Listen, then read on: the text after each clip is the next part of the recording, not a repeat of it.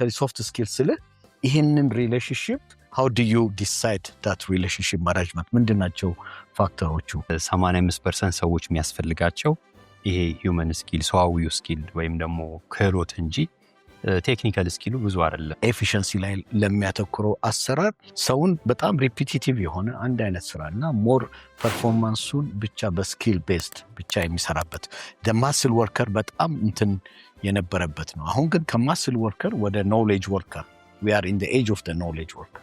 አሁን ከኢንዱስትሪያል ማይንድ ሴት ወጥተን ወደ ኢንፎርሜሽን ኤጅ ማይንድ ሴት ስንመጣ human relations become very important።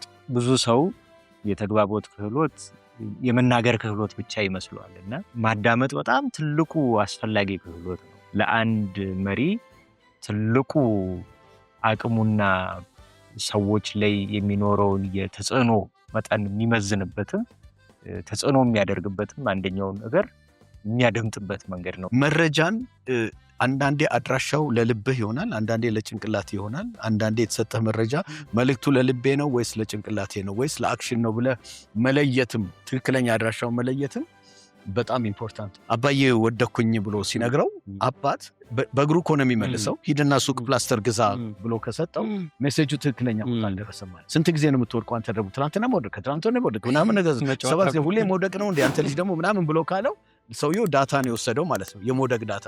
ሜሴጁ ዱ ዩ ኬር ተጎዳሁልህ ለልጄ ያለውን ፍቅር ነው። አሁን ልጁ የራበው ፍቅር ነው። ያኔ እንድትመልስለት የፈለገው ምንድነው? እኔን አይዞህ እስቱ የቱ ጋር የመጣ አይዞህ ምናምን ብለህ አባብለህ አግፈኸው ይዘኸው ላቡን አሳይተህ ያንተ ፔን የኔ ፔን ነው ብለህ ፍቅርህን ገልጸህለት ተጎዳህልኝ እንድትለው። ለምሳሌ አሁን ሴቶች ዳይሬክት አይደሉም። ሃኒ አር ዩ ሃንግሪ አለችው። ብርቦሃል ወይ ብላ ነው ባሏን የጠየቀችው። ሃይዌይ እየነዳና አለመራቡን ቼክ አደረገ። አይ ኖ አራበኝም ግን አኮረፈች። ሊረዳው ያልገባው በቃላቶች ውስጥ ያለው ሊያቅ የሚገባው ምንድነው? እሷ ርቧታል ማለት ነው። እኔ ሴቶቹ ለምን እንደዚህ አይነት ከምትመጡ ቀጥታ ርቦኛል ብትሉ ምን አለ እረፍት ብሰጡ ስንለው አይ ይሄንን ካላወቀ ምኑን ባል ሆነው። ስለዚህ የባል ፕሮቶኮል እነኚህን መተርጎም ሁሉ ይጠይቃል ማለት። የትዳር ፕሮቶኮል ቀጥታ ሳይነገረው ካልገባ ሰውየው ለአቅመ ባል አልደረሰም ማለት ነው።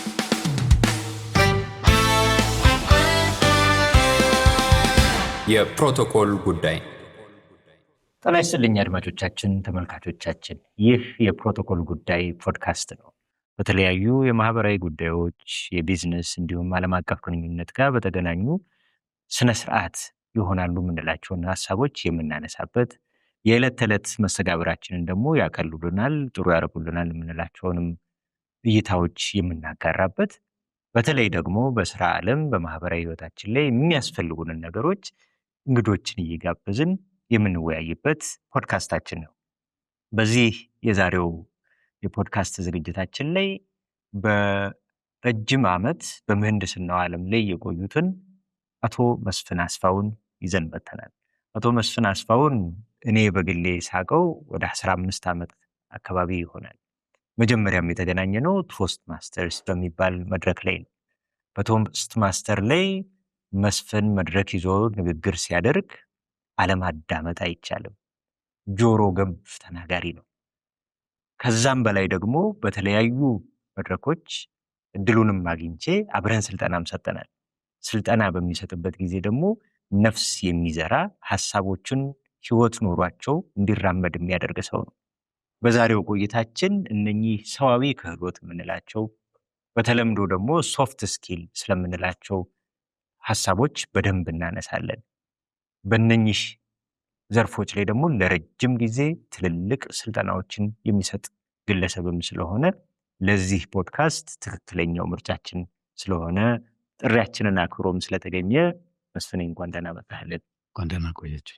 ይህን ፕሮግራም እንደተለመደው በጨዋታ እያወዛን ተሞክሮ እያጋራን አብረናችሁ የምንቆየው አበበ ሙሉና መቅደላ መኩሪያ ነን። አቤ እንኳን ደህና መጣህ። እሺ አመሰግናለሁ። እንግዲህ መስፍን እንኳን ሰላም መጣ ማለት ፈልጋለሁ። እኔም በበኩሌ ፕሮቶኮል በዓለም ላይ ምን ይባላል? ህዝቦችን፣ ባህሎችን፣ ሀገራትን ከዛም ደግሞ ሲያልፍ በዓለም ላይ ሰዎችን ያገናኛል መድረክ ነው። የተገናኘነው ከዛሬ 14 ዓመት በፊት ይመስለኛል ከአቶ መስፍን ጋር። ኢንጂነር መስፍን ነው የምለው እኔ ምክንያቱም የኢንጂነሪንግ ሙያ ውስጥ ስላለ። የተገናኘነው ደግሞ በፕሮቶኮል ጉዳይ የሬዲዮ ፕሮግራም ላይ እየተላለፈ ስለ ድርድር ክህሎት ለማንሳት ፈለግንና እዛ ውስጥ ያሉ ፕሮቶኮሎችን በማንሳት ነው የተዋወቅ ነው። አሁንም ጭምር የእሱን ኢንተርቪው አንዳንዴ ስሰማ ደስ ይለኛል። ለካ ብዙ ነገሮች አንስተናል ብዬ እንዲሰማኝ ያደርገኛል። ፕሮቶኮል ያገናኛል ያልኩት በዚህ ነው። እንግዲህ ከዓመታት በኋላ ዛሬ ተገናኝተናል። መጽሐፍም ነበረ መስፍንን ይገኝ ነበረ መጽሐፍ። ዛሬ በአጋጣሚ እንግዲህ መጽሐፉም ተቀምጧል እንዲወስደው ማለት ነው። እሱ የጻፈው ስለ ድርድር ክህሎትን በተመለከተ በዚህ መጽሐፍ ላይ የታተመም ጽሁፍ አለው። ድጋሚ ስለተገናኘን ደስ ብሎኛል። በተለይ ደግሞ አሁን ያለበት የሶፍት ስኪል የምንላቸው እኔና መቅደል አልተስማማንም። ሶፍት ስኪልስ የሚለውን እኔ ሰዋዊ ክህሎት እለዋለሁ፣ እሱ ደግሞ ሶፍት ስኪል ሂውመን ስኪል ነው መባል ያለበት የሚልም ነገር አንስቷል። እና ምናልባት ይህንን የመጀመሪያ ጥያቄ እናደርገው። አይ ቲንክ ሂውማን ስኪል ሶፍት ስኪል የሚለው የእንግሊዝኛ ቃል የመጣው ሃርድ ስኪል የሚብለው የእንግሊዝኛ ቃል ሁለቱም በቅርብ ጊዜ የመጡ ናቸው። በተቃራኒው ሃርድ ስኪልስ የሚሏቸው በተለምዶ በተቋማት ውስጥ የሚሰጡት የአካዳሚክ ስልጠናዎችን በተመለከተ ነው። ሶፍት ስኪል ኢዝ ሰዋዊ የሚለው ሂውማን ስኪል ነው። ቤዚካሊ ከሰዎች ጋር ባለን ግንኙነት ጋር መሰረት ያደረገ ጠቃሚነቱ ከቅርብ ዓመታት ጀምሮ በጣም ሰዎች በጥልቅ መረዳት ውስጥ እየገባ ያለና አሁን ደግሞ በሚገርም ፍጥነት ዓለም ላይ አቴንሽን እያገኘ ያለ በብዙ ተቋማቶች ውስጥ በካሪክለም ደረጃ እንዲካተት ተደርጓል። ሲንጋፖር፣ ህንድ፣ አሜሪካ አሁን ከትንሽ ግሬድ ተማሪዎች ጀምሮ ሶፍት ስኪል ስልጠና ይሰጣል። በነገራችን ላይ በአጋጣሚም አሁን ኢትዮጵያ ውስጥ የዚህ የናሽናል ቲቤት ገቨርናንስ ካውንስል የሚባላል ኢትዮጵያ ውስጥ የተቋቋመ እዛ ቴክኒካል አድቫይዘሪ ኮሚቴ ውስጥ አለሁበት የናሽናል ቲቤት ካሪክለም እና ስትራቴጂ ዴቨሎፕመንት ላይ። እዛ ውስጥ አሁን ሪቫይዝ በተደረገው የቲቤት ስልጠና ውስጥ ሶፍት ስኪል እንዲካተት ተደርጓል እና በጣም ደስተኛ ነኝ በመሆኑ። ስልጠናው አንዱ አካል የሶፍት ስኪልስ ነው እና ኢትዮጵያ ውስጥም አሁን ሶፍት ስኪልስ አስፈላጊነቱ መረዳቱ አለ ለማለት ነው። አመሰግናለሁ። ግን ሂውማን ፒፕል ስኪል ተብሎ በአማርኛ እንግዲህ ለቋንቋ ምሁራን ብተውላቸው መርጣለሁ። ይሄ ግን ሰዋዊነቱ ያው ሂውማን የምትለው ሰዋዊ እንደማለት ነው። ወደ ምህንድስናው ዓለም ላይ ነው ለምንስ ያስፈልጋል የሚለውን አሁን ሰዎች ይጠይቃሉ።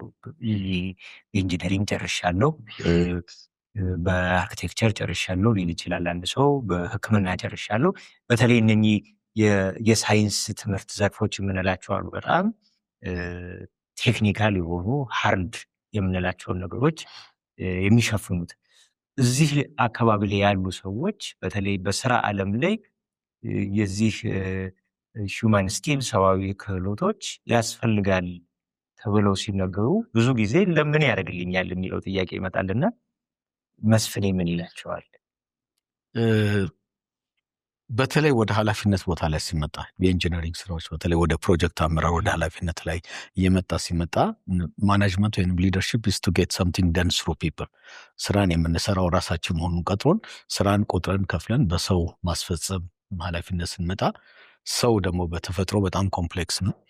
ሰው ደግሞ ስራን በአግባቡ እንዲፈጽም ሞቲቬሽንም ብቃት ብቻ ሳይሆን የስራ ተነሳሽነትን ጭምር ይፈልጋል። ብቃቱን ዩኒቨርሲቲ አዘጋጅቶት ሊሆን ይችላል፣ እውቀቱን የሚሰጠውን አካዳሚክ ስኪልሱን ሳብጀክት ማተሩን። ግን ስራውን በጊዜ በአግባቡ ከሰው ጋር በደንብ ተቀናጅቶ መስራት የሚችልበትን ክህሎት ግን ስለሌለው አብዛኛው ጊዜ የፕሮጀክቶች አፈጻጸም ፐርፎርማንስ ከፒፕል ስኪልስ ጋር ያለው ጋፕ አሁን ሲግኒፊካንት የሆነ ኢምፓክት እንደሚያመጣ ይጠይቃል። ፕሮጀክት ወይም ኮንስትራክሽን የቲም ስራ ነው፣ የቡድን ስራ ይጠይቃል። you cannot be an expert። የፕሮጀክት ማናጀሩ በሁሉም ነገር ኤክስፐርት አይደለም፣ ግን he has a group of experts together እና ሰዎች ፈቃደኛ ዊሊንግ ሆነው በስሜታቸው ተነሳስተው ፈቅደው ነው ውስጣቸው ያለውን ሀሳብ ሼር የሚያደርጉት።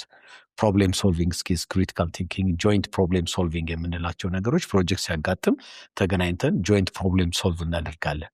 በዛን ጊዜ አብረን ተግባብተን መስራት የምንችልባቸውን መፍትሄዎች ለመፈለግ ያንን የሚመራው ሰው ሰዎችን በአግባቡ ጥሩ ወደ ውጤታማነት የሚያመጣ የአመራር ክህሎት ይጠይቋል። ያ ሶፍት ስኪል ነው። በነገራችን ላይ አመራር ባይት ሰልፍ ሊደርሺፕ ኢዝ ሶፍት ስኪል። ፖቴንሻል ፎር ኮንፍሊክት አለው። እንትን ኮንስትራክሽን ባይ ኔቸር ኮንፍሊክቲንግ ኢንትረስትስ አሉ። አለመግባባቶች በየጊዜው የዕለት ተዕለት ጉዳዮች ናቸው። ቢኮዝ ኦፍ መኒ ሪዝንስ ከጠላቻ ወይንም ሳይሆን ይህንንም ደግሞ ሶልቭ እያተደረገ መፍትሄ እየተሰጠ መሄድ ካልተቻለ የፕሮጀክቱ አፈጻጸም ላይ የሚያመጣው ዲሌይ እና የሚያመጣው ኢምፓክት ኔጌቲቭ ኢምፓክትም በጣም ሲቪር ነው። ስለዚህ እነኝህን ሁሉ አንድ ኃላፊ የሆነ ሰው ግጭቱን በወቅቱ በጊዜው በአግባቡ እያስፈታ የቲም ስፒሪቱን ሜንቴን አድርጎ ማስቀጠል መቻል በስራ ዓለም ላይ ያሉ ሰዎች መሐንዲሶች በሙሉ የሚያጋጥማቸው ቻሌንጅ ነው እና ትልቅ ክፍተትም ለዛም የዩኒቨርሲቲ ተቋማት ውስጥ የመገኘነው ስልጠና ለዛ ነገር ሬዲ አላደረገንም። እንዳልኩ አናሊሲሱን መስራት ስታችካል የመስራቱን ነገር ሬዲ አድርጎናል። የስራው ዓለም ግን አብዛኛው ጊዜያችን ግን የምናጠፋው ከሰዎች ጋር ባለ ግንኙነት ውስጥ ነው እና የዛ ደግሞ ኢምፓክት ፕሮጀክቱ ለሚፈጥረው ተጽዕኖ ደግሞ ሲግኒፊካንት የሆነ ተጽዕኖ ፈጣሪ ነው። ስለዚህ እሱን ማሳካት የቻሉ ናቸው ፕሮጀክት ላይ በጣም ስኬታማ የሆኑ ሰዎች። በጣም ውጤታማና ስኬታማ የሆኑት በሰዋዊ ክህሎታቸው የተሻለ ፐርፎርም ያደረጉት ፕሮጀክት አፈጻጸማቸው በጣም ይቻል ይሆናሉ። ግን ዩኒቨርሲቲ ሰቃይ ፕሮጀክት ላይ ሰቃይ አይሆን ገብቷቸዋል። ግሬድስ እዛ ላይ ያሉት ዳዝ ኖት ኢኩዌት ፕሮጀክት ፐርፎርማንስ ላይ ሲመጣ ሴናሪዮ ኮምፕሊትሊ ቼንጅስ እና ፒፕል ስኪል ዲማንድ ያደርጋልና ብዙ ጊዜ ቶዜ ፐዘል ሀው ካም አቨሬጅ የነበረ ሰው ዩኒቨርሲቲ ላይ ስራ ዓለም ላይ መጥቶ ቦታው ላይ ኃላፊነት ሲቀመጥ ግን እሱ ከዩኒቨርሲቲ ሰቃይ ከነበረው የበለጠ ፐርፎርም ያደርጋል። and this is not just in Ethiopia, it's across the board everywhere. So why does university success does not equate academic success career success ጋር አይገናኝም? እና ይሄንን ክፍተት አጥንተው ነው እነ ዳንኤል ጎልመን ኢሞሽናል ኢንቴሊጀንስ ምናምን ፋክተሮችን ሲለዩ ሶፍት ስኪልስ በጣም ሲግኒፊካንት ነው። ሪሰንትሊ ፈርስት ፖስት የሚባል ሚዲያ ላይ ፖስት የተደረገ ጥናት የሚያሳየው 85% የስራ ዓለም ላይ ወይንም ኬሪየር ሰክሰስ ዲፔንድስ ኦን ሶፍት ስኪልስ ኦንሊ 15% ነው ኬሪየር ሰክሰስ ላይ የሚመጣው። በተለይ ደግሞ ኢን ዘ ኤጅ ኦፍ ኤአይ ይሄ እውቀት የምንላቸው ፎርሙላ ምናምን የምናውቀው ነገር ናው ኢት ኢዝ ኢን አወር ፎን ሶ አይ ዶንት ኒድ ቱ ሃየር ዩ ኢፍ አይ ካን ጌት ኢት ኦን ማይ ፎን። ስለዚህ ዩር ፒፕል ስኪል ማተርስ ሞር ቱ ሚ ዛንዲ ሶ ቻት ጂቢቲ ላይ ጠይቄ መመለስ የማገኘውን ነገር በነፃ I don't need you in my office if I can get that from ChatGPT. እና አሁን እንደው ይልቁንም I only need people where I cannot get ከኤአይ የማላገኘውን ነገር ነው ሰዎች እንዲሰጡ የሚፈልገው in my pay እና የበለጠ ሲግኒፊካንት እየሆነ ይመጣ ይመስለኛል። ከዚህም በኋላ ይልቁን እየጨመረ ይመጣል ብዬ ነው። ብዙ ሰዎች በተለይ በዚህ በሂውማን ስኪል ስልጠና ላይ ያሉት ብዙዎቹ ሰዎች ወይ የቢዝነስ ወይ የሊደርሺፕ ባክግራውንድ ይዘው የሚመጡ ሰዎች ናቸው እና መስፍኔን ምን ሳበው ወደዚህ በምህንድስናው ዓለም አሁንም እንደምትሰራ ቃለሁኝ አሁንም ትልልቅ ተቋማት ጋር በዚህ ስራ እንደምትገናኝ ያለው ግን ብዙውን ያለፉትን 15 ዓመት የመስፍኔን ጉዞ ስናየው ወደ እነኚህ ነገሮች በጣም ተሰባሃልና ምንድን ነው የሳበህ ምክንያት?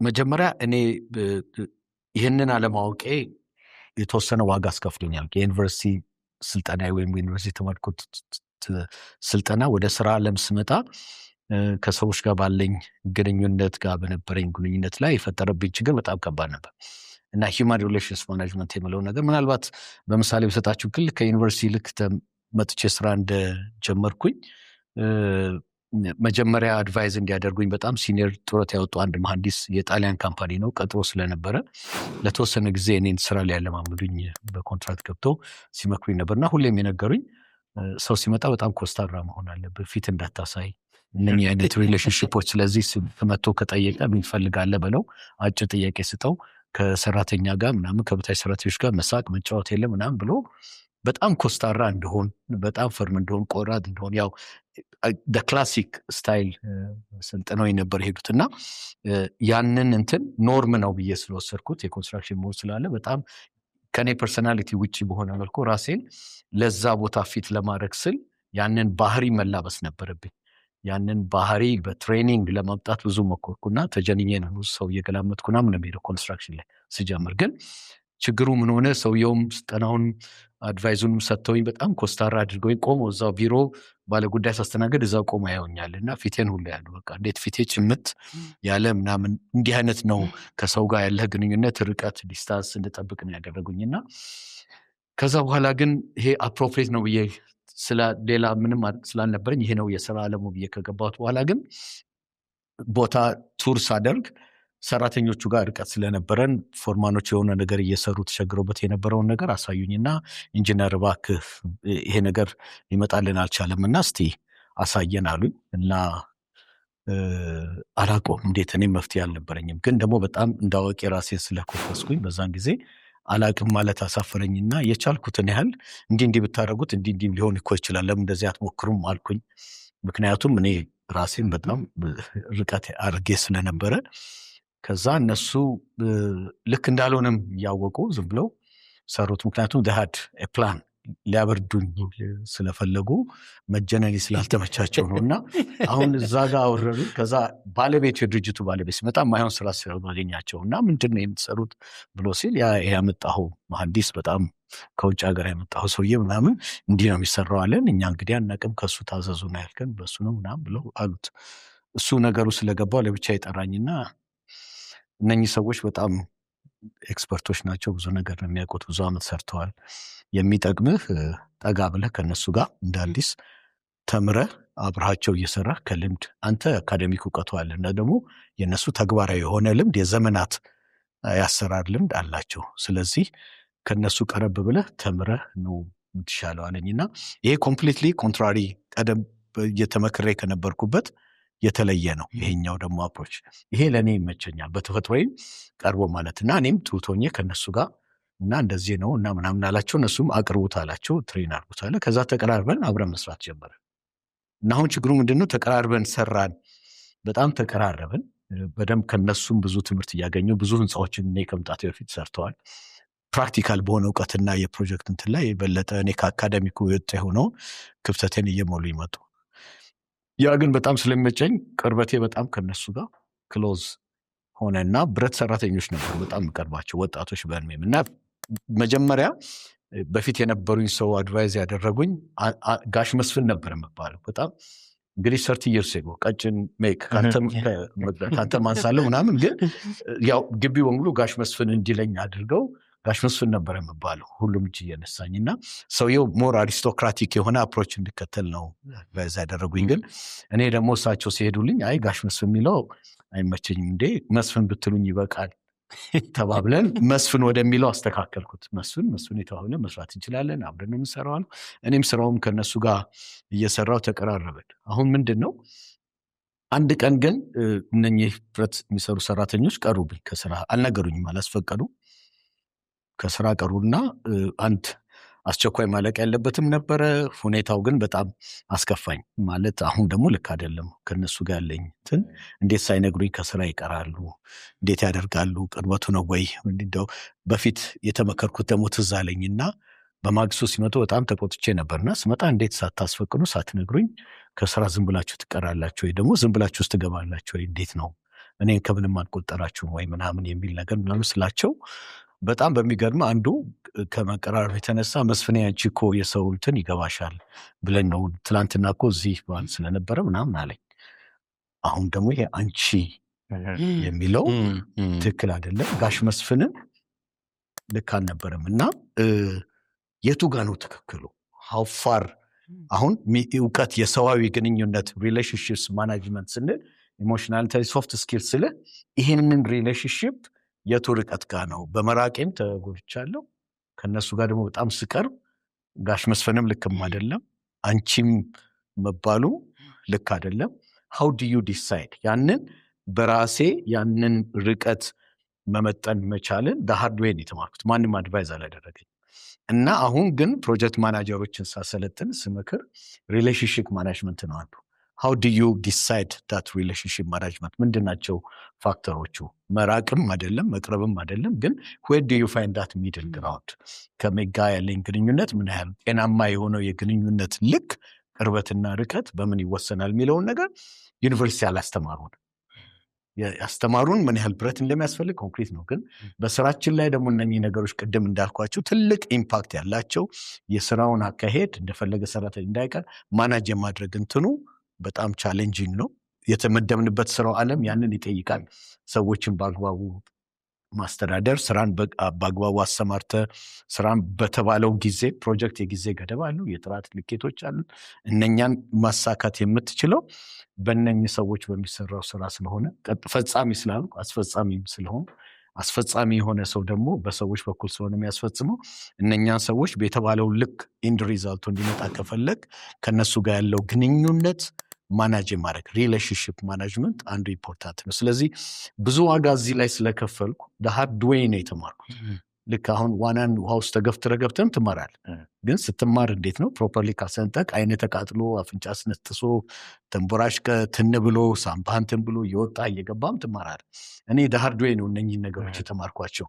ገብቼበት ውስጡ ዋጋ ከፍዬ ቆስዬ ምናምን የተማርኳቸው ነገሮች አሉና ኦቨርታይም ኢምፖርታንሳቸውን ከተረዳ በኋላ የጀመርኩት መጀመሪያ ራሴን ነው ማስተማር። እነኚህን ነገሮች ሶፍት ስኪልስ ኤጁኬት ለማድረግ ሞከር፣ ለስራው በቂ ዝግጅት እንዲኖረኝ፣ ኃላፊነትን መወጣት እንድችል። ከዛ በኋላ ደግሞ የራሴን ዙሪያ ያሉትን ቲም ስራ ዓለም ላይ ያሉትን መጽሐፍትንም እያነበብኩ ኮኦብዘርቬሽንም ማናጅ እያደረግ ካውንስል እያደረጉ ጀመርኩት።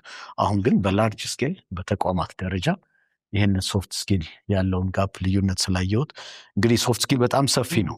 ኢሞሽናል ኢንቴሊጀንስ፣ ኔጎሽዬሽን፣ ኮሚኒኬሽን ስኪል፣ ባዲ ላንጉጅ፣ ሊስኒንግ ስኪልስ እያለ እነኚህ ኢንታንጂብል የሆኑ ስኪልስ በሰው ውስጥ የሚታዩ ለተንት ስኪልስ ግን በጣም ሲግኒፊካንት በህይወት እንደው በስራ ብቻ አይደለም በትዳርም ህይወት ከልጆች ጋር ባለንም ግንኙነት ያው ብዙ ሰዎች ያው የህይወትን ስኬት ስንል እነኚህ ሁሉ ውስጥ ላይ ሚና አላቸው። ከማህበረሰቡ ጋር ያለን ግንኙነት ከስራ ውጪም ባለን የቢዝነስ ሪሌሽንሽፕ እነኚህ ሶፍት ስኪልስ በጣም ሲግኒፊካንት ኢምፓክት ያመጡ ናቸውና ህይወትም ያስተማረኝን በሊትሬቸርም ያወጣሁትንም አንዳንዶቹንም እኔ ራሴ ስልጠና ወስጄ በቂ ስልጠና ወስጄባቸው ከወሰድኳቸው ውስጥ አጣርቅዬ አሁን ስልጠና እሰጣለሁ። ያ ክፍተት ነው እዛ ውስጥ እንድገባ ያደረገኝ። ያ ጋፕ በጣም ብሪሊያንት የሆኑ ሰዎች በጣም ብዙ አቅም ያላቸው ግን በዚህ ምክንያት ብቻ ፐርፎርማንሳቸው ማድረግ ሲችሉ አለማድረጋቸው የፈጠረው ክፍተት ወደዛ እንድገባ አድርገን። አረዘምኩብህ። በጣም ግሩም ተደርጎ ነው የተመለሰው። እሺ ጥሩ ነጥቦች ናቸው የተነሱት። ቅድም መሀል ላይ የነካካቸው ጉዳዮች አሉ። ሌሎች ሀገራት ሲንጋፖርን እንድንም አምጥታልና እነሱ ወደዚህ ወደ ሶፍት ስኪሉ አሁን ትኩረት ማድረግ ጀምሯል። ምክንያቱም ስራ ላይ የፈርስት ፖስቱንም ልጥቀስና 85% ሰዎች የሚያስፈልጋቸው ይሄ ሂውመን ስኪል ሰዋዊው ስኪል ወይም ደግሞ ክህሎት እንጂ ቴክኒካል ስኪሉ ብዙ አይደለም፣ 15% ነው፣ በሂደትም ይማሩታል የሚል እንደዚህ አይነት ምልከት አለ። አሁንም ግን ስመለከት ልክ አንተ በአስቸጋሪ ሁኔታ እንደተማርከው ዓለምን በዛ መንገድ እየተማሩ ያለው ይመስለኛልና ለምንድነው አሁን ወደዛ እየተመለስን ደግሞም ከነዚህ ክህሎቶች እየራቅን ያለን ይመስለኛል? ይህን ያነሳውበት ምናልባት እንግዲህ አንተ ሁለቱንም የቴክኒኩንም የሰዋዊ ስኪሎቹም ላይ ስላለ በቁጥርም ደግፈ ልታነሳ ትችላለህ። ዓለማችን ላይ የተለያዩ ክስተቶች እነዚህ ነገሮች እንዲቀንሱ እንዲቀዘቅዙ ያደርጋል እየተባለ ይነሳል። እነዚህ ሰዋዊ ክህሎቶችን በተለይ በምዕራባውያን ዘንድ ከኮቪድ በኋላ ፖስት ኮቪድ የምንለው ጊዜ እነዚህን ሶፍት ስኪሎች ሰዎች እንደ አዲስ መማር ጀመሩ። እንደውም ኤቲኬት ነው የሚሉት የፕሮቶኮል ትምህርት ቤቶች፣ ፊኒሽ ስኩሎች ትልቅ ገበያ ይደራላቸው በዚህ ጊዜ ነው። ቅድም ያነሳውም አለ የዚህ የፓወር ሪሌሽኑ ሰዎች ምን ያህል ነው ከአለቃ ጋር ያለ ግንኙነት ርቀቱ ምን ያህል ነው የሚለውን ነገር እና ነገሮች ከተበላሹ በኋላ ወደዛ እየተመለስን ያለ ይመስለኛልና አሁንስ እንደው ይህን አስፈላጊነትን ማወቀ ምን ያህል ትኩረት እያደረግንበት ነው? አንዳንድ ተቋማት ቀደም ብለው ይሄንን ነገር ትኩረት ሰጥተው ይሰሩበታል። በፖሊሲ ደረጃ በጣም የሚገርም ሶፍት ስኪል ትሬኒንግ በጣም አድካሚ የሰውን የአመለካከት ያስተሳሰብ ለውጥም የሚጠይቅ ጭምር ነው። በአጭር ጊዜ እንደ ክህሎት በአጭር ጊዜ የምታመጣውም አይደለም። በምሳሌነት ብዙ ጊዜ የሚጠቀሰው ሳውዝ ዌስት ኤርላይንስ የሚባል ኩባንያ አለ። የነሱ የሰው ኃይል ቅጥር ስርዓታቸው ፖሊሲ አሁን ኢትዮጵያን ኤርላይንስን በተወሰነ ደረጃ አዳፕት አድርጎታል፣ ብዙን ይጠቀማል። they say hire for attitude train for skill። ስለዚህ ሰውን ሲቀጥሩ መጀመሪያ አመለካከቱን፣ ኤቲክዩን፣ ፐርሰናሊቲውን፣ ቢሄቪየሩን ነው ኢንተርቪው አድርገው የሚቀጥሩት። ለምሳሌ አንድ ሹፌር የመኪና አሽከርካሪ ለመቅጠር ሲጠይቁ ስንተኛ ደረጃ መንጃ ፈቃድ አለ፣ ስንት ዓመት መኪና ነድተሃል አይደል። they don't even care if you have a license የመንጃ ፈቃድ አይደለም። ምክንያቱም they know they can train መኪና መንዳትን በ2 ወር 3 ወር አሰልጥነው መኪና ሊሰጡ ይችላሉ። ዋናው ማወቅ የሚችሉት ምን ያህል ዲሲፕሊን አለ፣ ኢንተርጌት አለ፣ በሰዓቱ ትገኛለህ ወይ፣ የምትነዳውን አሽከርካሪ ጤንነት ትጠብቃለህ ወይ፣ ለስራ ያለ ኮሚትመንት፣ ኢንቴግሪቲ፣ ኳሊቲ የሚሉትን ነገሮች አለ ወይ የሚለውን ነገር ካዩ በኋላ ትሬን ያደርጋሉ። ምክንያቱም ልክ እኛ ሀገር እንደሚደረገው 5ኛ መንጃ ፈቃድ ያለው ሹፌር ነው የምፈልገው 20 ዓመት የነዳ ካልክ ታገኛለህ። 1 ዓመት የነዳውን ጥለኸው ትቀጥራለህ። ግን ይሄ 20 ዓመት የተቀጠረው ሹፌር ኮንትሮባንድ ሲነግድ ነበር፣ ሱሰኛ የሆነ ሌላ ብዙ ችግሮች ያሉበት ብዙ ነገሮች የለመደ ያው በባህሪው ስነ ስርዓት መናገር የማይችል የራሱን የግል ንጽህና የማይጠብቅ ከሆነ የምትሰጠውን መኪና ጤንነትም አይጠብቅም። ሰዎችንም ትቀጥረዋለህ።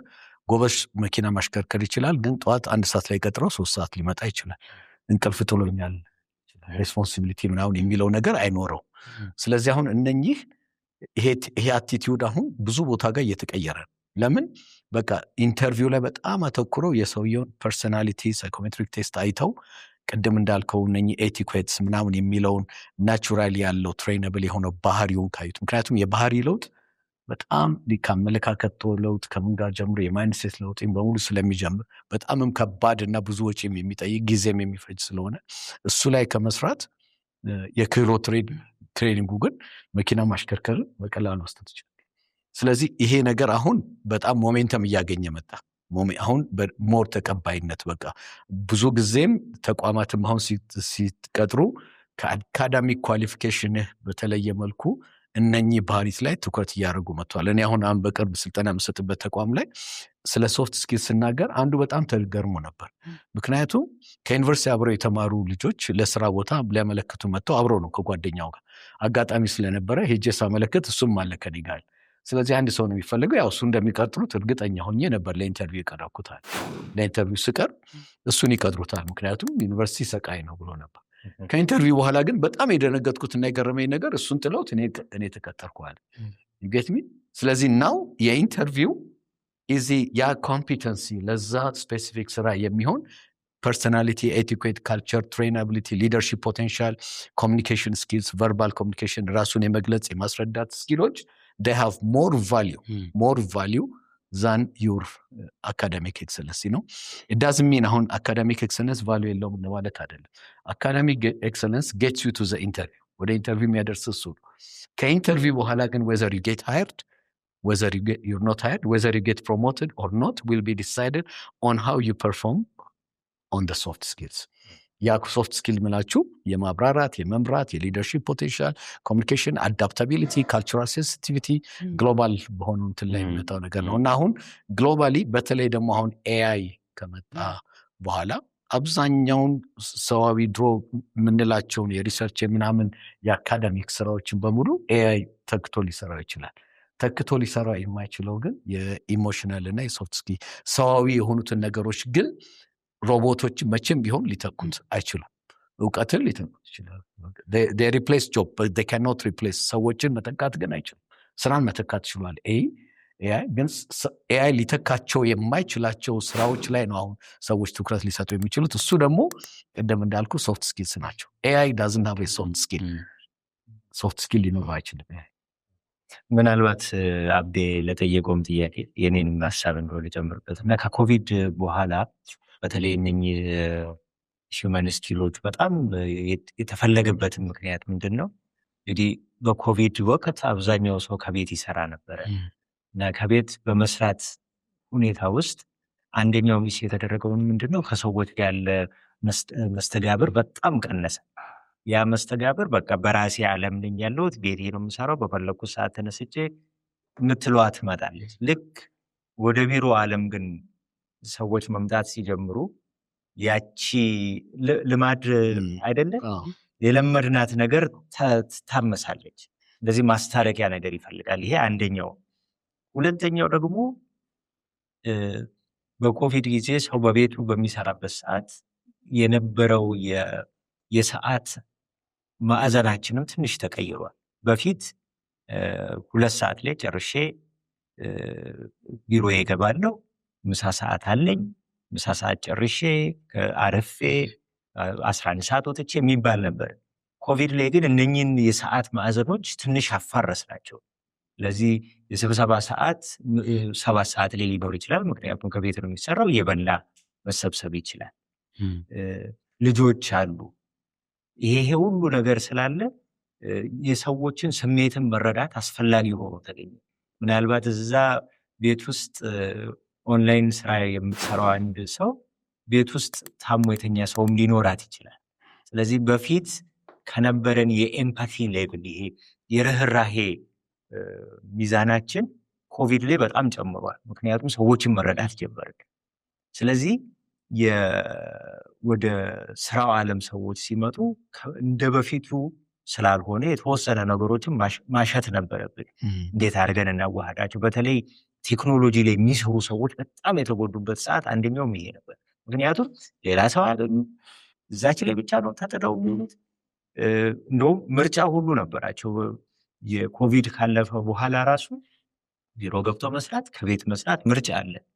ስለዚህ በቃ ወደዚህኛው መምጣት ጀመሩ። ስለዚህ ይሄ ሲሆን ደግሞ እንዴት አድርገን ነው የምናካሄዳቸው? ቢሮ ሲመጡ ከሰው ጋር አለመግባባት ጋር መጣ። ብዙ ተቋማት ያላቸውን ወጪም ለመቀነስ እድሉን ማስፋት ጀምረው ነበረ። በተለይ ከቤት መስራቱ የህንፃ ኪራይ ይቀንሳል፣ ብዙ የቢሮ ክፍል አያስፈልገንም አይደለም። ስለዚህ እነኚህ ስለነበሩ ብዙ ሰው ተሰበሰበ። ያ መሰብሰቡ ደግሞ የሚያጎለው የሰብአዊ ግንኙነቶች ስለሳሱ እነሱንም ማጠናከር ስለነበረ ነው። ኦኬ፣ ጥሩ ነው። ጥሩ ነጥቦች ናቸው መቅዱ ያነሳው። እንግዲህ አሁን ሌላ ሀሳቦችም አብሮ ይነሳሉ። እኔ ስራውን እስከተሰጠኝና ያንን ዴሊቨር እስካደረግኩኝ ወይም ስራውን እስከሰራው ድረስ እስካስረከብኩ ድረስ ምን ያስፈልጋል? እንዲህ አይነት ክህሎት ከኔ ለምን ይጠብቃሉ? እንደዚህ አይነት ስነ ስርዓቶች ውስጥ ለምን ያስገቡናል የሚሉ ደግሞ አሉ። በዚሁ መጠን አይደል ስራ አሁን እንደ ቀድሞው እንዲች በኒች ተቆጥሮ በጣም ሊሰመርበት የሚገባው ቬሪ ኢምፖርታንት ፖይንት ኢዝ ዛት አሁን ዊ አር ኖት ኢን ኢንዱስትሪያል ኤጅ፣ ዊ አር ኢን ኖሌጅ ኤጅ፣ ኢንፎርሜሽን ኤጅ ላይ ነው ያለ ነው። ሰው ብዙ ያላስተዋለው ነው። እና በኢንዱስትሪያል ኤጅ የነበረው የማናጅመንት ማይንድ ሴት አሁን ዊ አር ሞር ኢንቱ ሊደርሺፕ ዲፍረንስ። አሁን ከማናጅመንት ወደ አሁን አብዛኛው ቦታ ስልጠና አሁን የሚሰጠው ማናጅመንት ስልጠና ቀርቶ የሊደርሺፕ ስልጠና ነው። ኢቨን መሀንዲሶችን ሊደርሺፕ ነው የምናሰጠው። ከዚህ ቀደም መሀንዲሶችን የምናሰነጥነው ማናጅመንት ላይ ነው። ዋይ ሊደርሺፕ አሁን ለምን አስፈለገ ስንል ዊ አር ኢን ኖሌጅ ኢኮኖሚ፣ ኖሌጅ ኤጅ፣ ኢንፎርሜሽን ኤጅ፣ ሂውማን ካፒታል ዴቨሎፕመንት፣ ለርኒንግ ኦርጋናይዜሽን የሚባሉ ኮንሴፕቶች የመጡበት ነው። እነ ፍሬደሪክ ቴይለር የማኔጅመንት ሳይንቲፊክ ማኔጅመንትን የሰሩ ሰዎች ዴዌር በዛን ዘመን ለነበረው በዚህ በኮንቬየር ቤልት ለሚሰራው ማሽነሪ እና ፕሮዳክቲቪቲ ላይ ኤፊሽንሲ ላይ ለሚያተኩረው አሰራር ሰውን በጣም ሪፒቲቲቭ የሆነ አንድ አይነት ስራ እና ሞር ፐርፎርማንሱን ብቻ በስኪል ቤስድ ብቻ የሚሰራበት ማስል ወርከር በጣም እንትን የነበረበት ነው። አሁን ግን ከማስል ወርከር ወደ ኖሌጅ ወርከር we are in the age of the knowledge worker። ስለዚህ knowledge has become the biggest asset of institutions። አሴት እንኳን የምንለው ኮንሴፕት ተቀይሯል። አሁን ከኢንዱስትሪያል ማይንድ ሴት ወጥተን ወደ ኢንፎርሜሽን ኤጅ ማይንድ ሴት ስንመጣ ሂውማን ሪሌሽንስ ቢካም ቬሪ ኢምፖርታንት እዛ ጋር ነው አሁን። ኤንድ የቲም ስፒሪቱ በጣም ኢምፖርታንት ነው። ፕሮብሌም ሶልቪንግ ስኪልስ፣ አንድ ሰው ብቻውን እዛች ቦክስ ውስጥ ኪቢክል ውስጥ ሆኖ አንድን ችግር ለብቻው ሊፈታ አይችልም። ጆይንት ፕሮብሌም ሶልቪንግ፣ ቲም ቢልዲንግ፣ ሲነርጂ የምንለው ሲነርጃይዝ የማድረግ ኮንሴፕት has become so significant። competitiveness ከሲነርጃይዜሽን ምን ማለት ነው? we leverage on each other's capabilities። በእያንዳንዳችን እውቀትና ቢልድ ላይ አበበ ከምትለው ላይ ተነስቼ እኔ የምጨምርበት አለ፣ በእኔ ላይ ደግሞ አበበ ትጨምርና ኢቬንቹዋሊ it grows ሲያደርግ ግን አንድ ሰው ብቻውን ይዞት የሚመጣው ሳይሆን ኮምፕሊመንተሪ ወይንም ተመጋጋቢ የሆኑ ሀሳቦችን ማፍለቅ አስፈላጊ ሆነ። አንድ ሁለተኛ ኢሹን ከአንድ ፐርስፔክቲቭ ብቻ ማየት ሙሉ መረዳትን አይሰጥም። ለምሳሌ እኔ አሁን አንዳንድ ትሬኒንጎች ላይ የምጠቀመው ምንድን ነው አንድ ጽሁፍ እቺን የምትል ነገር እዚህ ጋር አስነሳና if we sit around the table somebody sitting ከዛ ሳይድ ይሄ W ነው ሰሊል ይችላል መግደላ 3 ቁጥር ነው ይላል አንተ E ነው ትላለ እኔ M ነው እላለሁ which is all of us are right ግን እኔ if I was the only one working on this and making a decision እኔ ማየው M ስለሆነ ከዚህ በኋላ የኔ ውሳኔ ሁሉ ይሄንን M ላይ መሰረት ያደረገ ብቻ ነው የሚሆነው ምክንያቱም I did not see from all perspectives ኢሹን ከሁሉም አቅጣጫ የማየት እድሉ ስለሌለኝ ብቻዬን ስለሆነ መወሰነው የነበረው ይሄ እነኚህ ከአራት ዳይሜንሻ ፐርስፔክቲቭ ያለውን ሪሶርስ እይታዎች ያካተተ ውሳኔ ይዣል ምንድነው ማለት ነው የኔ እይታ በጣም ጠባብ አንድ ናሮ አንደርስታንዲንግ ውስጥ የተመሰረተ ይሆንና ገበያው ላይም ሲወጣ ወይንም ስራ ላይም ሲውል ተጽዕኖ በዛች ላይም ብቻ ነች በዚህ በኩል ያሉትን ነገሮች አይቶ ስላላስተናገደ ውጤታማ የሆኑ ስኬታማ የሆኑ ነገር በጣም ሊሚትድ ነው የሚሆነው ስለዚህ ምንድነው እነኚህ ሌቨሬጅ እነኚህን የተለያዩ እይታዎችን መረዳቶችን አሰባስበን እንድንሰራ people have to put their heads together አንድ ላይ ሆኖ የመስራት ሲነርጃይዝ የማድረግ እንትን በጣም በጣም ወሳኝ የሆነ የመጣበት ዘመን ላይ ስለሆነ ያለ ነው ያንን እድል ደግሞ የሚፈጥርልን ሰዎች by nature ሰዎች we are social animals we are social ተፈጥሯችን ማህበራዊ አንዳችን ከሌላችን ጋር ኮምፕሊመንት ተደራርገን እንድንኖር የተፈጠረ እንጂ አንድ ሰው በራሱ ሙሉ ሆኖ የሚወጣ አይደለም you can be an expert on one thing ግን you cannot be all rounded ሰዎች all rounded የሚለው ነገር በአሁኑ ጊዜ አዋጭነት የለውም ቲምህ ግን all rounded መሆን አለበት ያ ማለት ምንድነው ሙሉ እይታ ያለው መሆን አለበትና አሁን it's become so important ለዚህም ነው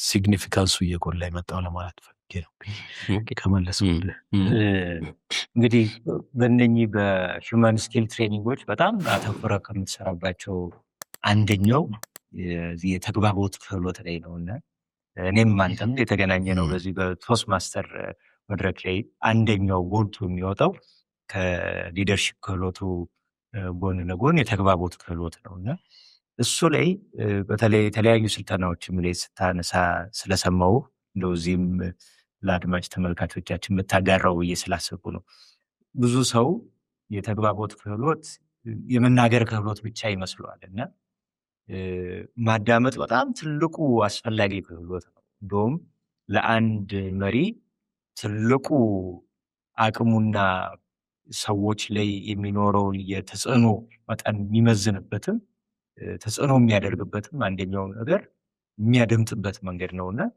ስለ ማዳመጥ ክህሎት ብዙ ጊዜ ስታወራ እንደው ደረጃ ሰጣቸው የምታነሳቸው ሐሳቦች አሉና እንደው እነሱም በታነሳቸው ብዬ ነው መስለኝ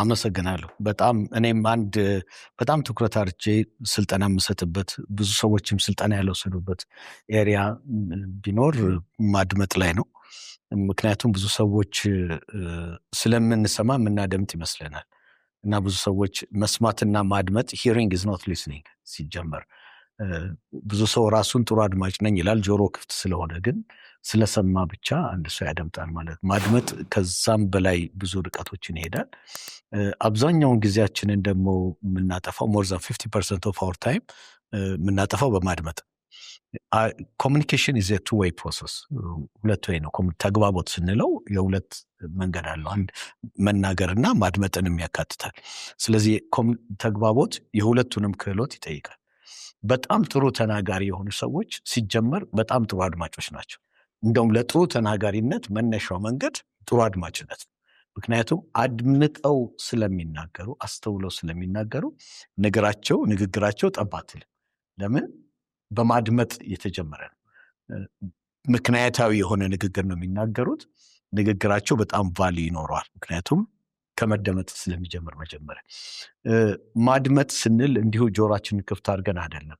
I have to show እኔ ለአንተ ለማድመጥ ያለኝን ፍላጎት ልክ ነገር ባይን ይገባል እንደሚሉ አንተን አይንህን እያየው መላ ሰውነቴ አንተ ለምትነግረኝን ነገር ለመቀበል ዝግጁ መሆኔን ማሳየት ጭምር ይጠይቃል። ጥሩ አድማጮች ይህንን ያሳያሉ። ፊትን አዙረህ ማድመጥ እየሰማሁ እኮ ነው ቀጥል ብትለኝ አቋርጥ እንደማለት ነው። አትቀጥልም። ምክንያቱም የኔ ዲዛይር ልክ ነው፣ በኔ ፍላጎት ልክ ነው አንተ የምትናገረው። ስለዚህ የኔ ሁኔታ የኔ የአድማጭነት ብቃት ያንተን የተናጋሪነት እንትን ከፍ ሊያደርገው ይችላል። እና ብዙ ጊዜ ጥሩ ተናጋሪዎች የአድማጩን ንግግር ያዳምጣሉ። አድማጩ ተቀምጦ የሚናገረው ነገር አለ፣ በቦዲው በፊቱ ፋሻል ኤክስፕሬሽን የሚናገረው ነው። እና ጥሩ አድማጭ ደግሞ ለተናጋሪው ይናገራል። ጥሩ አድማጭ የሆነ ሰው ለተናጋሪው የሚናገረው የሚያስተላልፈው መልእክት አለ። እና እነኚህ ኖዲንግ ጀስቸርስ ምናምን የምንላቸውን በጣም ኢምፖርታንት ነው። አፕሪሺዬሽን ፕሮቶኮል ላይም ይጠይቃል። ሰውን አይኑን እያየህ ማዳመጥ ስርዓት፣ የማድመጥ ስርዓት ባይትሰልፍ ልናዳብረው የሚገባ ባህል ነው።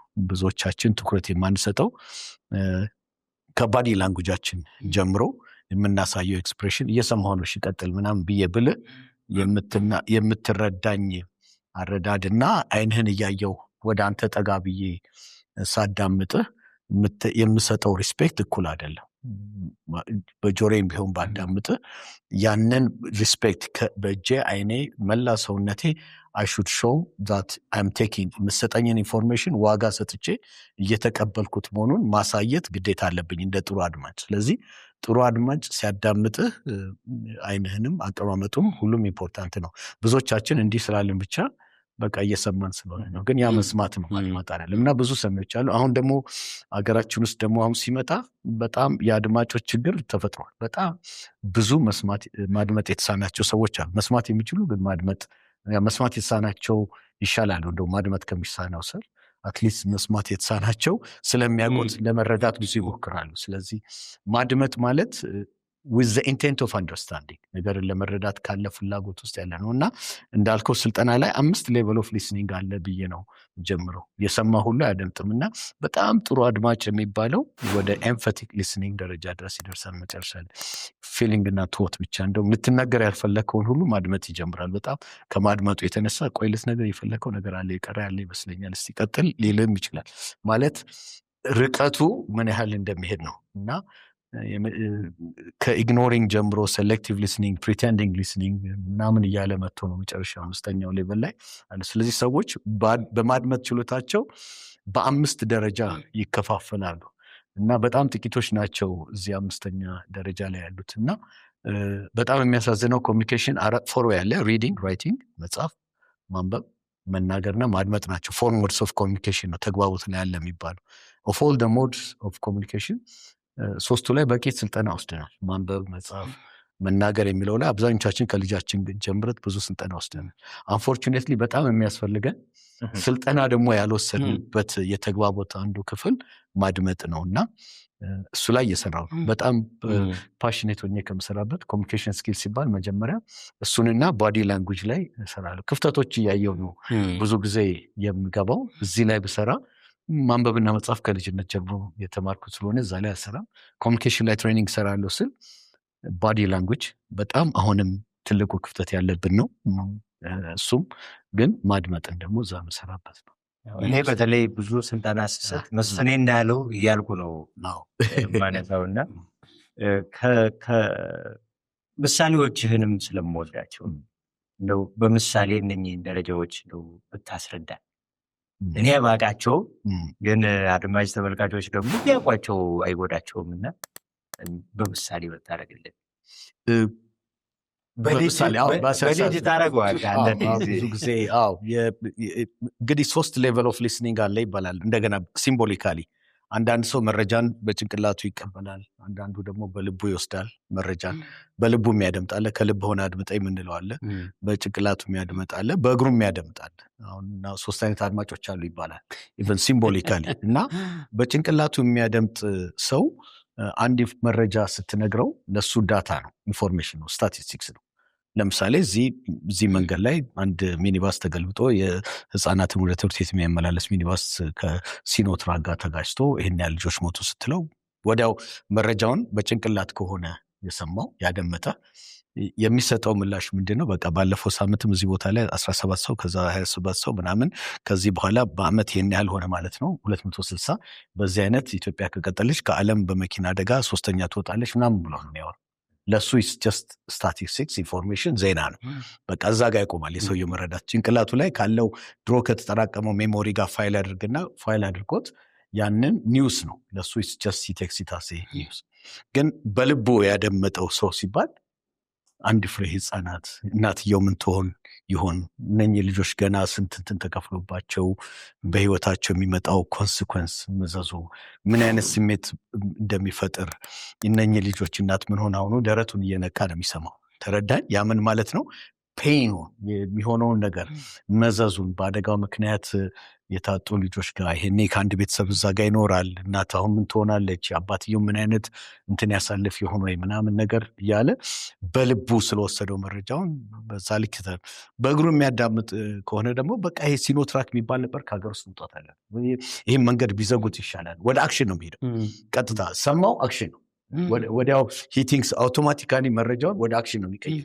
ለምንድን እንደዚህ እንደማያደርጉ አለቅ ምናምን ብሎ ወዲያው ነገሩን የማጤንም የምንም አይደለም። በቃ አክሽን ይሄን መንገድ ቢዘጉት ይሻላል። ሲኖትራክ ሀገር ውስጥ እንዲመርግ አይከለከልም፣ እንደዚህ ለምን አይደረግ ምናምን ብሎ የሚላል እና 3 ሰዎች በዛ አይነት እንትናሉ እና መረጃን አንዳንዴ አድራሻው ለልብህ ይሆናል፣ አንዳንዴ ለጭንቅላት ይሆናል። አንዳንዴ የተሰጠህ መረጃ መልእክቱ ለልቤ ነው ወይስ ለጭንቅላቴ ነው ወይስ ለአክሽን ነው ብለህ መለየትም ትክክለኛ አድራሻውን መለየትም በጣም ኢምፖርታንት ነው። ምክንያቱም የምትሰጠው ምላሽ አሁን ልጅ ህፃን ሆነን ልጅ ሲወደቅ ቤት ውስጥ ከወደቀ እና ከደማበት ቁስሉን አይጠርገውም። አባዬ ከስራ እስኪመጣ ድረስ ደግሞ ትቀመጣለች፣ እናስቀምጣለን። ታስታውሳለህ አይደል? እና ፕላስተርን ቢገጽ ለማሳየት አሁን ስለዚህ አሁን ልክ አባት ሲመጣ ልጁ ወደ አባቱ ሮጦ ይሄዳል። ረስቶ ሲጫወት ቆይቶ ምናምን ሊሆን ይችላል ሙሉ ቀን። አሁን ፔኑም የለም ምንም የለም፣ ግን ያችን ነገር ጠብቋታል። ልጥረግም ብትል አያስጠርግም። ለምን? ያችን ይፈልጋል። አሁን አባቱ ጋር ሮጦ ሄዶ ያ ህፃን ልጅ አባዬ ወደኩኝ ብሎ ሲነግረው አባት በእግሩ እኮ ነው የሚመልሰው። ሂድና ሱቅ ፕላስተር ግዛ ብሎ ከሰጠው ሜሴጁ ትክክለኛ አልደረሰም ማለት ነው። አባት ልጁ የሚጠብቀው ምንድን ነው? ሜሴጁ ለጭንቅላት ነው። ስንት ጊዜ ነው የምትወድቀው አንተ ደግሞ? ትናንትና መውደቅ ምናምን ነገር ሁሌ መውደቅ ነው እንደ አንተ ልጅ ደግሞ ምናምን ብሎ ካለው ሰውየው ዳታን የወሰደው ማለት ነው። የመውደቅ ዳታ እየተጠነቀቅ አትሄድም ወይ ምናምን ብሎ ሊመልስል ይችላል። አሁንም ተሳስቷል።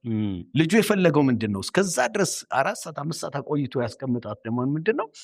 የኔ ፔን ይሰማሃል ወይ? ወደኩልህ ታዝንልኛለሁ። ሄዱ አሁን ትክክለኛው ምላሽ የአባትየው በዛ ጊዜ ልጁ የሚጠብቀው ምንድን ነው ብትለኝ ስንት ጊዜ እንደወደቀ ሂሳቡን ሰርቶ እንዲነግረውም አይደለም።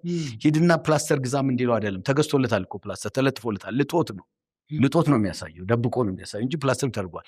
ፕላስተርም ግዛ ብለህ እንድትልከውም አይደለም። በግርህ በዚህ ሜሴጁ ዱ ዩ ኬር ተጎዳሁልህ ለልጄ ያለውን ፍቅር ነው። አሁን ልጁ የራበው ፍቅር ነው። ያኔ እንድትመልስለት የፈለገው ምንድን ነው? እኔን አይዞ እስቱ የቱ ጋር የመጣ አይዞህ ምናምን ብለህ አባብለህ አግፈኸው ይዘኸው ላቡን አሳይተህ ያንተ ፔን የኔ ፔን ነው ብለህ ፍቅርህን ገልጸህለት ተጎዳህልኝ እንድትለው ነው። ዩጌትሚ እነኚህን ነገሮች በትክክል ካልተረዳናቸው አድራሻቸውን በምንድን ነው የምናደምጠው? በጭንቅላት ነው ይሄንን ነገር እና አንድ ሰውን መጥቶ ሲነግረን አንዳንድ ጊዜ እንሳሳታለን። ችግሩን መጥቶ ሲነግረን መስሪያ ቤት ውስጥ ገብተን ገንዘብ ፍለጋ የመጣ መስሎን ወደ ኪስ እንሄዳለን፣ ወደ አክሽን። አንዳንድ ሰው ሮጦ እሺ ምንድን ነው ማድረግልህ ምናምን ትለዋል። አይ እኔ እንድትሰማኝ ችግሬን እንድታውቀው እንጂ ከአንተ ምን አልፈልግም ሊለን ይችላል። አሁን ስህተት ነው ማለት ነው። ማለት በምንድን ነው ያደመጥነው? በእግራችን በአክሽን ያደመጥነው። አንተ ደግሞ ሁሉ ጊዜ እየመጣ ብር መጠየቅ ነው ምናምን ላለ ስታቲስቲክስ ውስጥ ገብተናል ማለት ነው። ገባ? ግን ሰውየው እኔ ምንም ያንተንም ብር አይደለም የመጣው፣ ግን ምንድን ነው እኔ ፔኔን እንድትረዳ የሚረዳኝ ሰው አትችል። በጣም ብዙ የሚረዳቸው ሰዎች አሉ። እኔ ምንም እንድታደርግልኝ አይደለም አልፈልግም፣ ምንም አልፈልግም፣ ግን ያለሁበትን ሁኔታ ብታውቀው፣ ሼርስ ብታደርገኝ፣ አንደርስታንድ ብታደርገኝ፣ ብታደምጠኝ። መደመጥን ብቻ ኮሜንት ሳይፈልጉ መደመጥን ብቻ ፈልገው የሚመጡ ሰዎች አሉ አንዳንዴ እና እነሱን ለይተን ካልያዝን በምንሰጠው ምላሽ ሰዎችን ልናስቀይም እንችላለን። ምክንያቱም አድራሻው ትክክል አይደለም።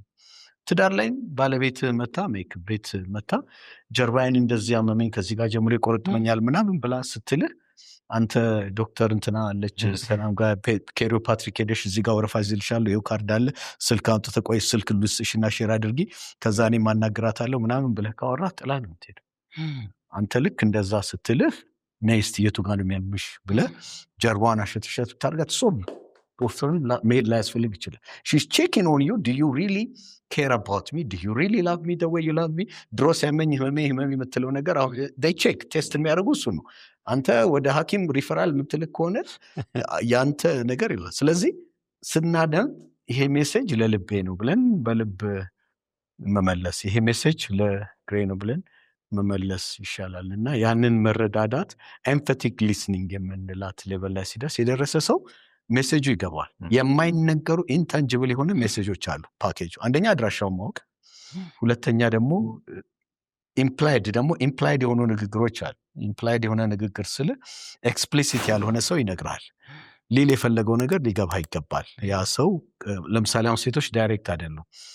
ብዙ ጊዜ የሚሰጥ ምሳሌ አለ። ሃይዌይ ላይ ባልና ሚስት አብረው እየሄዱ ሚስትየዋ አብራ እየሄደች ሃኒ አር ዩ ሃንግሪ አለችው። ርቦሃል ወይ ብላ ነው ባሏን የጠየቀችው። ሃይዌይ እየነዳና ባልየው ጥያቄውን ቀጥታ ነው የወሰደው።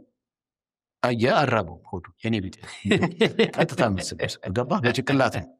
አለመራቡን ቼክ አደረገ። አይ ኖ አራበኝም አለ። ኦኬ አለ። ቀጠሉ። ግን አኮረፈች ኮምፕሊትሊ። ፊቷን አዙራ መስቶት ወዶች እያየች ነው እና አልገባው። ምን ሆነሻል ይላል። ምንድን ነው ያስኮፈች? ጥያቄው ሲምፕል ራበው ወይ።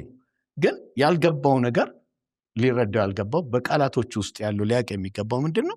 እሷ አርቧታል ማለት ነው። ሴት ልጅ ሃኒ ራበህ ወይ ብላ ካለች አረቡ። ለዚህ ነው እንደዚህ አይነቱን ቋንቋ ካላወቃችሁ ሚስት ባታገቡ ይሻላል ብያቸዋለሁ። ወድዞ ይሄን የትዳር ቋንቋ ነው ተረዳል። ስለዚህ ሜሴጁን ትርጉምም ምንሰጠው ከሆነ ትክክል ከሆነ ርቦሻል ማለት ነው ምናምን እንድንል ይፈልጋል። እኔ ሴቶቹን ለምን እንደዚህ አይነት ከምትመጡ ቀጥታ ርቦኛል ብትሉ ምናለ እረፍት ብሰጡ ስንለው አይ ይህንን ካላወቀ ምኑን ባል ሆነው። ስለዚህ የባል ፕሮቶኮል እነኚህ መተርጎሙ ይጠይቃል ማለት የትዳር ፕሮቶኮል ቀጥታ ሳይነገረው ካልገባ ሰውየው ለአቅመ ባል አልደረሰም ማለት ነው። ገብቷል? ለአቅመ ባል ለመድረስ የዛን የፋሚሊ የእንትን ፕሮቶኮሉን አባባሉ ተረድቶ እነኚህ መተርጎም ካልቻለ አዲስ ዲክሽነሪ ሰርቶ መተርጎም ካልቻለ የቤት ፕሮቶኮል ነው። አለማወቅ ያስጠይቃል። ይሄ ካልገባው ደግሞ ለአቅመ ትዳር አልደረሰም ማለት ነው። እነኚህን ነገሮች ስሜት መረዳት ካልቻለ እና እንግዲህ ማድመጥ ላይ ከመጣን ሞር ኮምፕሌክስ የሆነ ይመጣል። ያው ግን እነኚህ ነገሮች ቪቪድ የሆኑ የሆኑ እንትኖች ናቸው ማለት ነው። ዲፕሎማሲውም ዓለም አቀፍ ግንኙነት ውስጥም ስንሄድ እንዲህ አይነት ነገሮች ያጋጥማሉ። መሪዎች ንግግር አዘጋጅተው የተጻፈ ወረቀት ይዞ ይመጣሉ።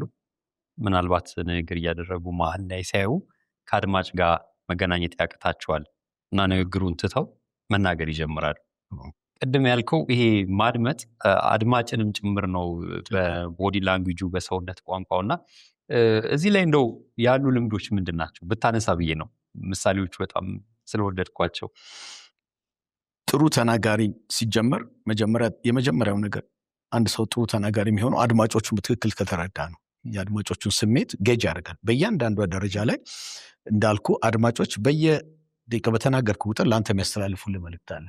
ባዲ ላንጉጅ ሳይለንትሊ ፋሻል ኤክስፕሬሽን በፊታቸው በገለጻና በሚያሳዩት አቀማመጥ አንተ የምትሄድበት መስመር ተቀባይ ነው አይደለም የሚለው ነገር መልእክት እያስተላለፉ ነው። ስለዚህ እሱን እያስደመጥክ ጌጅ ማድረግ የግድ ይላል። ሁለተኛ የአድማጭህን ማቹሪቲ ሌቨል የመረዳት ሌቨል ማወቅ ደግሞ በጣም ኢምፖርታንት ነው። ያ ጽሁፍ የተዘጋጀው በደንብ አድማጩን በትክክል ካለመረዳት ከሆነና እነሱን በማይመጥን በኩል እነሱን በማያሳስባቸው ጉዳይ ከሆነ ዝም ብሎ እየተጻፈ ያለው ነገር እነሱን የሚያሳስባቸው ካንተ የሚጠብቁት ነገር ካልሆነ ቶሎ ወደዛ መመለስ በጣም ኢምፖርታንስ አለው። ደሞስት ኢምፖርታንት ቲንግ አቴንሽናቸውን ማግኘት ነው። ይዘህ የመጣኸው መልእክት አለ። መልእክቱ ግን ደረቅ ሊሆን ይችላል። አይዘር ከነሱ በላይ ይሆናል above their heads እንደሚሉት፣ ወይንም ደግሞ በጣም የወረደ ተራ ሊሆን ይችላል አቀራረብህ እነሱ ከሚጠብቁት አይነት ማቹሪቲ ሌቨል እና is managing their expectations ጌጅ ማድረግ በጣም ኢምፖርታንት ነው። እኔ ዩዥዋሊ ስዘጋጅ የመጀመሪያ ያው እንደሚያውቀው የቶስት ማስተርስ ትሬኒንግ ስለሚያስገድድ ኖው ዩር ኦዲየንስ መጀመሪያም ትሬኒንግ ምሰጥም ከሆነ ፕሮፋይላቸው ይላክልኝ እነማን ናቸው ስልጠናውን የሚወስዱት ብዬ ትንሽ ባክግራውንዳቸውን አያለሁኝ የአካዳሚክ ኤክስፔሪንሳቸው ላይፋቸው ያሉበት ፕሮፌሽን ሙያ ምናምን ካወቅኩኝ ከስተማይዝ አደርጋለሁ ትሬኒንግን በእነሱ ልክ ኢቨን ሂውመሩ ምኑም በእነሱን በሚመጥን ልክ ሊረዱት በሚችሉ መልክ እናደርጋለን እና ልክ ነው አንዳንዴ አጋጥሞኝ እኔ አሁን አንድ ጊዜ ይሰጥ የነበር ትልቅ ስልጠና ነበር በሀገር ደረጃ በየሪጅኖች እየሄድኩኝ እና በጣም አዳራሽ ሙሉ ህዝብ ያለበት ስልጠና ላይ ሄጄ አንድ ጊዜ አንድ አዳራሽ ውስጥ ስገባ እኔ ኪኖት ነበር የማደርገው በየቦታው ጋር እየሄድኩኝ 30 ሚኒትስ 45 ሚኒትስ ያህል እና ግን ከሰዓት ጠዋት አንዱ ጋር ጌ ከሰዓት ስጋ ስመጣ ኦልሬዲ ገለጻ እየተሰጠ ስለነበረ ከአዳራሹ ከኋላ ነው የገባሁት እና ከኋላ እየገባው ሲሄድ አንደኛ አዳራሹ እና የሰው ብዛት ርቀቱ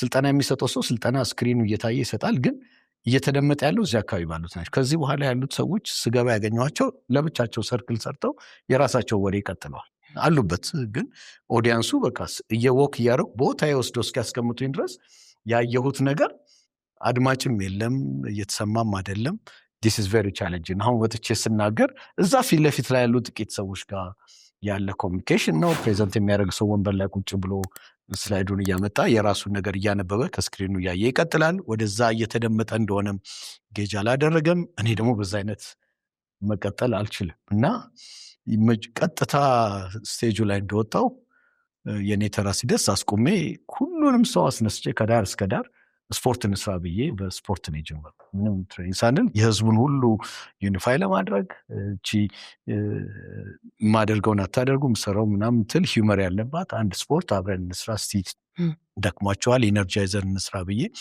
ከጥቅ እስከ ጥቅ አብረን እንቅስቃሴያቸውን ሳይ እጄን ሳነሳ አብሮ እያነሱ ከሆነ ከሌለ ምን ያህል የኔ ኮሚኒኬሽን እንደሚሄድ ሲምቦሊካሊ ጌጅ ለማድረግ ሞከርኩና ሁሉም አብሮኝ መጨረሻ ላይ አንድ ሪትም ውስጥ ገብተን ኢንስትራክሽን በደንብ እየተከተሉ መሆኑን ካየው በኋላ በዛው በቆሙበት ወደ ንግግሬ ገባው ያኔ ኦልሬዲ ፎከሳቸውን ጌጅ አድርጌያለሁ ምክንያቱም አንሱ ስልሳ አነሳ ወደዚህ ስልክ አደረገ ያየኝ እንደሆነ ከኔ ጋር እንደሆነ ተገናኝተናልና ያንን ወደ አንድ እንትን ማምጣት ግድ ነበረብኝ ያጋጠመኝ ቻሌንጅ እሱ ነበር በኋላ ግን ካመጣሁት በኋላ ስፖርት ለማሰራት ብዬ አልሄድኩኝ ግን ያንን ኤነርጃይዘር እና ስፖርት ሰርቼ ከዛ ቀጥታ ወደ እኔ ፕሬዘንቴሽን ገባሁና ያኔ they told me ወዲያው የኦዲየንሱን አቴንሽን ካፕቸር ማድረግ በጣም ኢምፖርታንት ነው ያው በንግግር ላይ እንጂ የማይደመጥን ነገር ዝም ብሎ መቀጠሉ ትርጉም የለውም አንደርስታንዲንግ ስለማይመጣ አንዱ እሱ ነበር ቻለኝ አሁን የመጣልኝ እሱ ነው ብዙ ጊዜ እንደውም እንደ ምሳሌ የሚጠቀሰው እንግዲህ ለዘመናት ሰው አእምሮ ውስጥ ከቀሩት ንግግሮች መካከል ተብሎ የሚወሰደው I have a dream የሚለው የማርቲን ሉተር ኪንግ ንግግር የታሰበው ንግግር እሱ አልነበረም ይባላል ከሱ በፊት ማርቲን ሉተር ኪንግ ጽፎ ተዘጋጅቶ የመጣበት ንግግር ነበርና ወደ መድረክ ከመውጣቱ በፊት መድረክ ጀርባ ከአንድ ሴት ጋር ያወራሉ ተራው ደርሶ ወደ መድረክ እስኪመጣ ድረስና የሆነች መጽሐፍ ላይ ያነበብኳት እንደው ሳስታውስ ነግራቸዋል ከመድረክ ጀርባ ያወራሉ ምን ትመኛለህ ነው ብላ የምትጠይቀው ልጆች ያድገው እንዲሆኑ እንዲህ አይነት ነገር አጋጥሟቸው እሱ ነው ማየት የሚፈልገው ብሎ በጣም ከልቡ ስሜት ውስጥ ገብቶ ይነግራታል ከዛ ልክ አውርተው ተጨርሶ የሱ ተራ ደርሶ ወደ መድረክ ሲመጣ ምን ትለዋለች የጻፍከውን ንግግር አታድርጉ ይሄን ያልከኝን አወራው ብላው ትሄዳለች እና ይሄ ዘመን ተሻግሮ ምናዳምጠው ልባችን ውስጥ የጠራው I have a dream የሚለው ንግግር የመጣው ስሜት የገዛ ስለሆነ ነው አንዳንድ ጊዜ ይዘን የምንመጣው ሳይሆን እዛ ላይ ያለው ሰው ምን ይፈልጋል ምክንያቱም እነኚህ ሰዎች በዛን ጊዜ ማህበራዊ ድረገጽ የለም ፌስቡክ የለ ትዊተር የለ እዚህ ስብሰባ ተገኙ ተብሎ የተጠሩ ስሜት ይዟቸው የመጡ ሰዎች እነኛን ሰዎች ግን ሊገዛ የሚችለው ያንን ስሜት ማጋራት ነበርና አንዳንድ ጊዜ ያለውን ነባራዊ ሁኔታ በደንብ ማንበብ ያስፈልጋል ምናዳምጠው ማለት ነው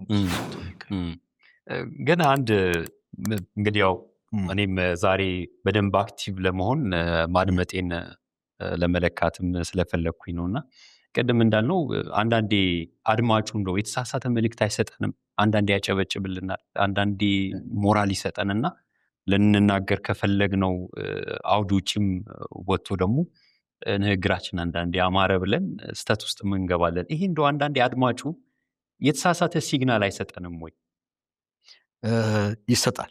ምንም ኢንቴንሽናሊም ሲሆን አንኢንቴንሽናሊም ሆኖ ሊሰጥ ይችላል። ኢንቴንሽናሊም መደረግ ስላለበት አሁን የኮሪያው ፕሬዚደንት አለ የኖርዝ ኮሪያው እና ያ ሁሌም ታያላችሁ በቃ ሲገባም ሲወጣም ይጨበጨብለታል እና ትራዲሽን ሆኖ ስለሆነ ነው። ስለዚህ አሁን የእሱ ስላደነቁኝ ነው ብሎ ካለ እርግጠኛ ነኝ ተሸውዷል፣ ተሳስቷል። እሱ ለዛ ከሆነ የተጨበጨበልኝ ብሎ ሊቀጥል ይችላል። እና ቅድም እንዳልከው አሁን በእነሱ አይነት ምንም ቢናገር ምንም ጭብጨባው አይቀርም።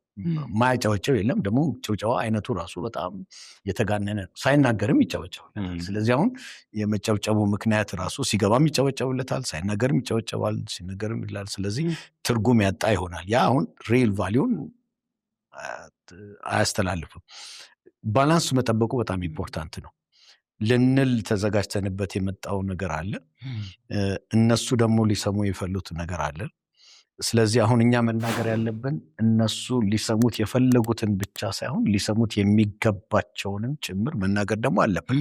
ቢመርም ባይወዱትም ባያጨበጭቡልንም ሊሰሙት ይገባል የምንለውን ነገር ደግሞ እንደ ጥሩ ተናጋሪ መንገር አለብን እንጂ ሰውን ለማስደሰት መስማት የሚፈልገውን ብቻ መማውራት ልንሄድ ይችላለን። ግን ያ መስማት የፈለገው ነገር ላይጠቅመው ደግሞ ይችላል። ስለዚህ ኃላፊነት ስላለብን ቢገናኝልን ጥሩ ነው። መስማት የሚገባቸውን መስማት የሚፈልጉ ሰዎች ከመጡልን እድለኛል።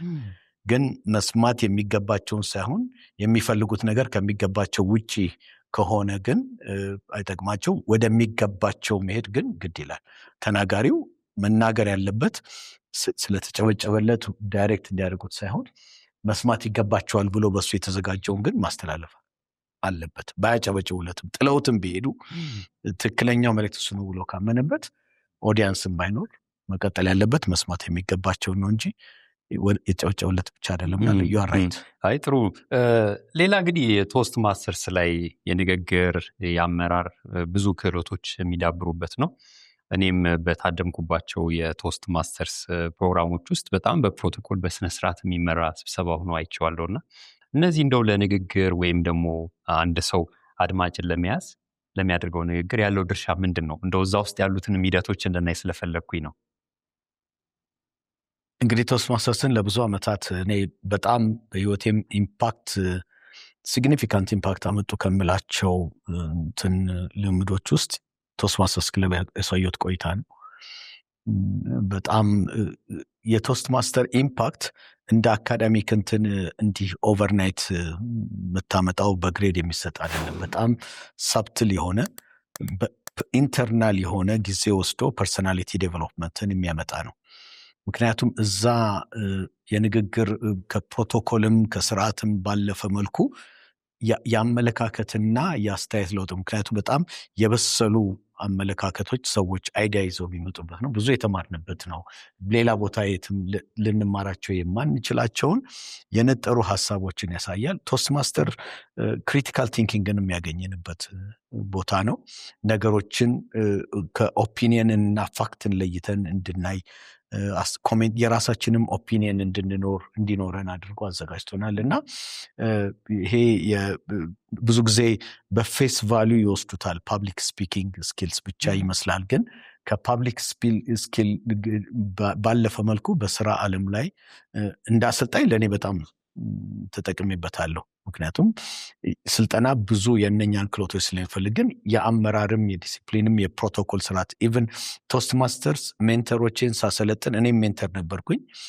ሜንተርም ሆኛለሁ፣ ኮችም ሆኛለሁ። እና ከወንበር እንኳን ሲነሳ አንድ ሰው እንዴት መነሳት ስምህ ሲጠራ ከወንበር የምትነሳበት አግባብና ከወንበር ተነስተህ ስቴጁ ድረስ እስከምትሄድ ድረስ የምትራመድበት ፔስ እና መድረኩን ተረክበ መድረኩን በስነ ስርዓት መልሰ የማስረከብ ልምድ በጣም ኢምፖርታንት አልመሰለንም ነበር። ግን ይህንን ከተለማመድን በኋላ ሌላ ቦታ ስናይ ስብሰባዎች ጋር ስንሄድ ከቶስት ማስተርስ ውጭ በሆኑ ስብሰባዎች ላይ ሰዎች ከወንበር ሲወጡ አወጣጣቸው፣ አካሄዳቸው ምን ያህል የእኛን ስሜት ኢምፓክት እንዳደረገው፣ ግሬስ እንዳጣ፣ ሞገሱ፣ አረማመዱ ጀምሮ ኤቭሪቲንግ ስታርትስ እዛ ሄደ ከመናገር በፊት ለንግግር የምትሄድበት እርምጃ እና እጅ እንኳን ስትጨብጥ የምትጨብጥበት ስትሬንግዝ እና ፔስ ማለት እጅን እንደዚህ አድርጎ ሰላም ብሎ የሚሄድ ሰውና ኮንፊደንስን የሚያሳይ አይኑን እያየ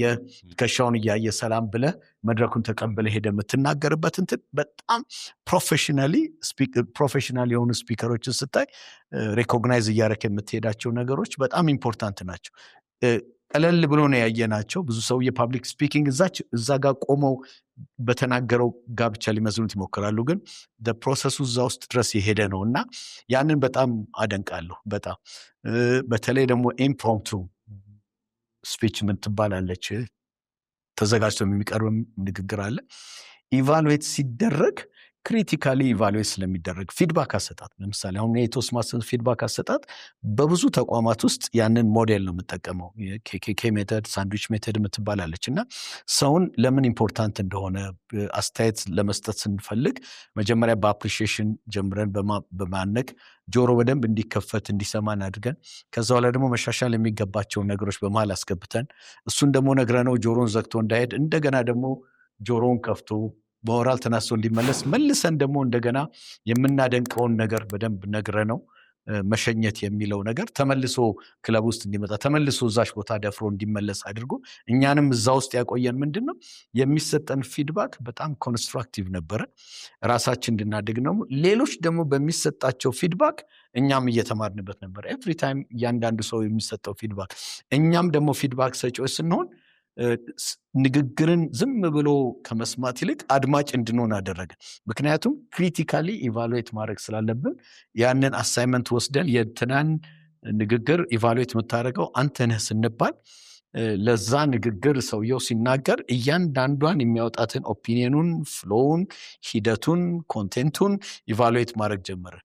እነኚህ ኢቫሉዌተር የሆነን ሰውየው ንግግር ገምጋሚ ሆነን ተቀምጠን ያንን ደግሞ ኦርጋናይዝ አድርገን እዛችሁ ቴብል ላይ ሳይውል ሳያድር በደቂቃዎች ተለይተን ወጥተን በተሰጠችን ደቂቃ ጊዜ ውስጥ ለሰውየው የሚገባውን ፊድባክ ሰጥተን ስንመለስ ሳናቀው የተለማመድነው ነገር የትም ስብሰባ ላይ ሲሄድን ያሁን ክሪቲካሊ ኢቫሉዌት ያደርጋሉ። ማንም ሰው ሲናገር አይምሮዬ ኦልሬዲ ያንን ስለተለማመደ ሁሌም ዝግጁ ነው እና የሚቀርበውን መረጃ ኦቴንቲሲቲውን፣ ፋክቱን ከቀረበው ኤቪደንስ ጋር ሌሎች ካየኋቸው መረጃዎች ጋር እያየው ምመዝንበትና ኳሊቲዎቹን ክፍተቶቹን የማይበት እንትን ሰጥቶኛል። ያ ማለት ምንድን ነው?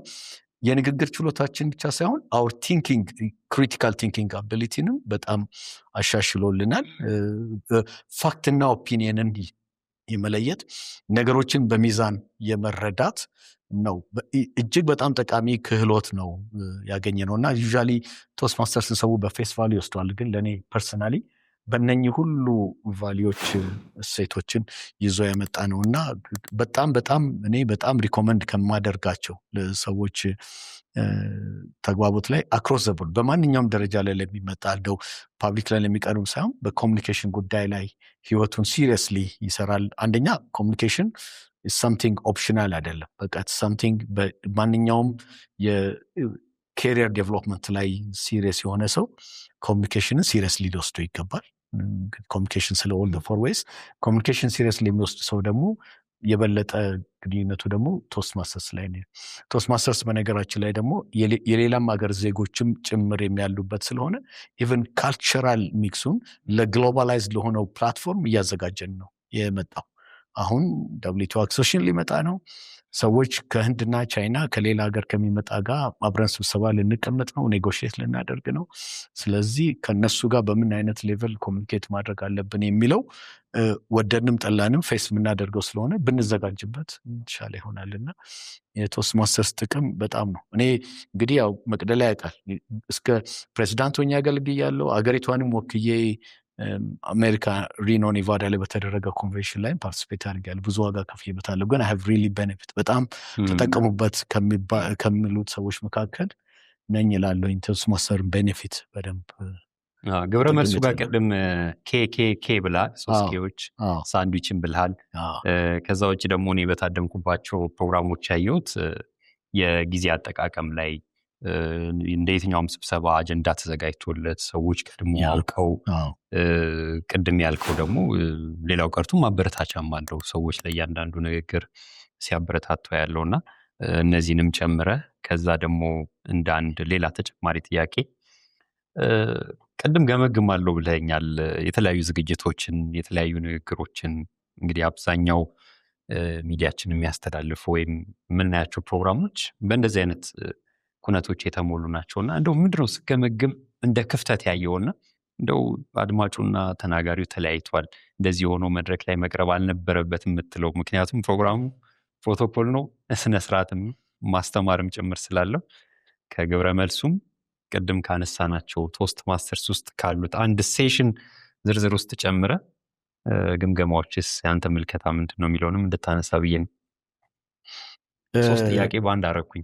አይ ኢትስ ኦኬ እንግዲህ ሚስ ያረኩት ካለ ትደግምልኛለህ። አንዱ ታይም ማኔጅመንት ነው። በጣም የሚገርም እኔ አሁን ጠርተኸኝ በዚህ ጉዳይ ላይ 10 ደቂቃ ትናገራለህ ካልከኝ ለ10 ደቂቃ የሚሆን ንግግር ለማዘጋጀት ችግር የለብኝም። ታይሜን ሰዓቴንም ማየት አይጠበቅብኝም። ሰዓቴንም ሳላይ ጀምሬ በ10 ደቂቃ ጨርሼ እወጣለሁ። አንዳንድ ሰው 10 ደቂቃ ብለው በ10 ደቂቃ እና በ30 ደቂቃ ያህል ልዩነቱንም አያውቀውም። 10 ደቂቃ ለተናገር ብለው 30 ደቂቃ ተናግሮ አለቀ እንደ ጊዜው ሊልህ ይችላል። ተረዳኝ። ያን ያህል ጊዜ ወስዶ ማለት ነው። ወይንም ደግሞ አብረብት አድርጎ ይጨርሰዋል። ደግሞ 30 ደቂቃ ላይ የፈጀው አቁም ስትለው ደግሞ ሳይቋጨውም ቋርጦም ሊወጣም ይችላል። ቶስት ማስተርስ ላይ ያየነው ምንድነው you have 5 minutes ለእያንዳንዱ ለምናቀርበው ለኢቫሉዌሽን ለምን ስትጥ አጀንዳው ላይ የተቀመጠች ታይም ሊሚት አለች። ያችን ታይም ሊሚት ተለማምደናት አሁን በአይምሯችን ምን ያህል ፔስ እንደወሰድን እናውቀዋለን። እና 3 ደቂቃ ከተሰጠን ኢቫሉዌተር ሲመጣ እኔ አሁን ብዙ ጊዜ 3 ደቂቃ ሰጥቷል ከተባለ ሪፖርት ላይ ሲቀርብ ወይንም 2 ደቂቃ ከ50 ምናምን ሰከንድ ወስደሃል ወይንም 3 ደቂቃ ከ10 ሰከንድ ወስደሃል ምናምን ነው የምንባለው ብዙ ጊዜ ምን ያህል ፕሬሳይስ መሆን እንደቻለ። ስለዚህ የጊዜን እንትን በተሰጠን ጊዜን በአግባቡ መስጠት ይህ ምን ኢምፓክት ያመጣል ስትለኝ ሁሉም ነገሮች ስብሰባዎች፣ ጉባኤዎች ሁሉም ሲዘጋጁ በጊዜ የተገደቡ ናቸው እና ለእያንዳንዱ ሰው በጊዜ የተገደበ ነገር መስጠት የተለመደ ሆናል። ስለዚህ በዛን ጊዜ ውስጥ ማካተት የሚገባኝ ዝም ብሎ ንግግሩን መቁረጥ ሳይሆን ንግግሩን በዛ ጊዜ ውስጥ ሊካተት የሚችል ምን ያህል ንግግር ምን ብናገር ነው ምን ፖይንቶች ማካተት አለብኝ የምትለው ማየት ፈልጋል። ቅድም ያልካቸው ክፍተቶች አንዱ ጊዜ ላይ ነው ማየው። ሰዎች ለጊዜ ያላቸው ልዩነት እንዳልኩ አንደርስታንዲንግ በጣም ነው። በቂ ጊዜም ተሰጥቷቸው ጊዜውንም በአግባቡ አለመጠቀምም ደግሞ ያስቆጨኛል ብዙ ነገር እያላቸው። ስለዚህ የተሰጠን ጊዜ ፕሬሳይስሊ መጠቀም መቻል ጥሩ ልምምድ ሰጥቶኛል። ሁለተኛ የሚያቀርቡትን ሀሳብ ፍሰት ባለው መልኩ እንዳልኩ ቢልድ አፕ እያደረገ ተቃኝቶ መቅረብ ሲገባው ዛም የረገጠ ይሆንና አት ኢንድ ኦፍ 30 ደቂቃ ምናምን 45 ደቂቃ አንድ ሰው ተናግሮ ጭብጡ የቱ ጋር እንደሆነ ሳይቋጭልህ ለማለት የፈለገው ነገር ሳይገባን ምንወጣበት ጊዜ አለ። አንዳንድ ጊዜ ብዙ ፖይንቶች ተነስተዋል፣ ግን ምንድነው እዚህ ጋር ምንድነው ምንለው? ግን አሁን ቶስት ማስተር ላይ ስትመጣ we have structured ነው እያንዳንዱ ንግግር 3 ደቂቃ ምንናገራት 30 ደቂቃም ትናገር 10 ደቂቃም ትናገር ለአንድ ደቂቃም ከተናገር የአንድ ደቂቃ ስትራክቸርድ ነች።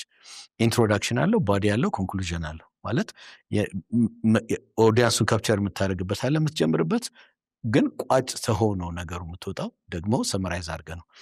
አንዳንድ ሰዎች ተናግረው በቃ ሲባል ያው እንግዲህ እንደዚህ ነው ብሎ ንግሩ ይመጣና በጣም ፓወርፉል የሆነ ኢሹ ተነስቶ ግን ተልፈስሶ ያልቃል።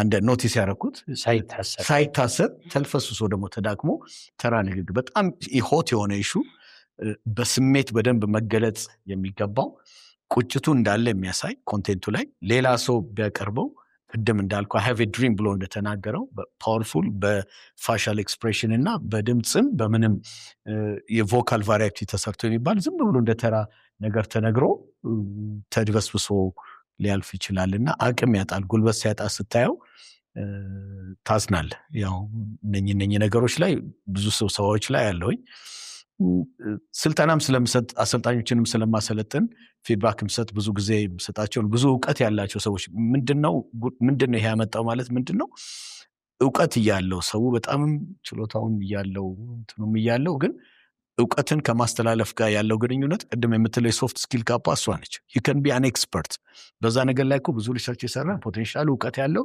ኤክስፐርት ነው። ይዞት የመጣው አይዲያ በጣም ቫልዩ ያለው ነው።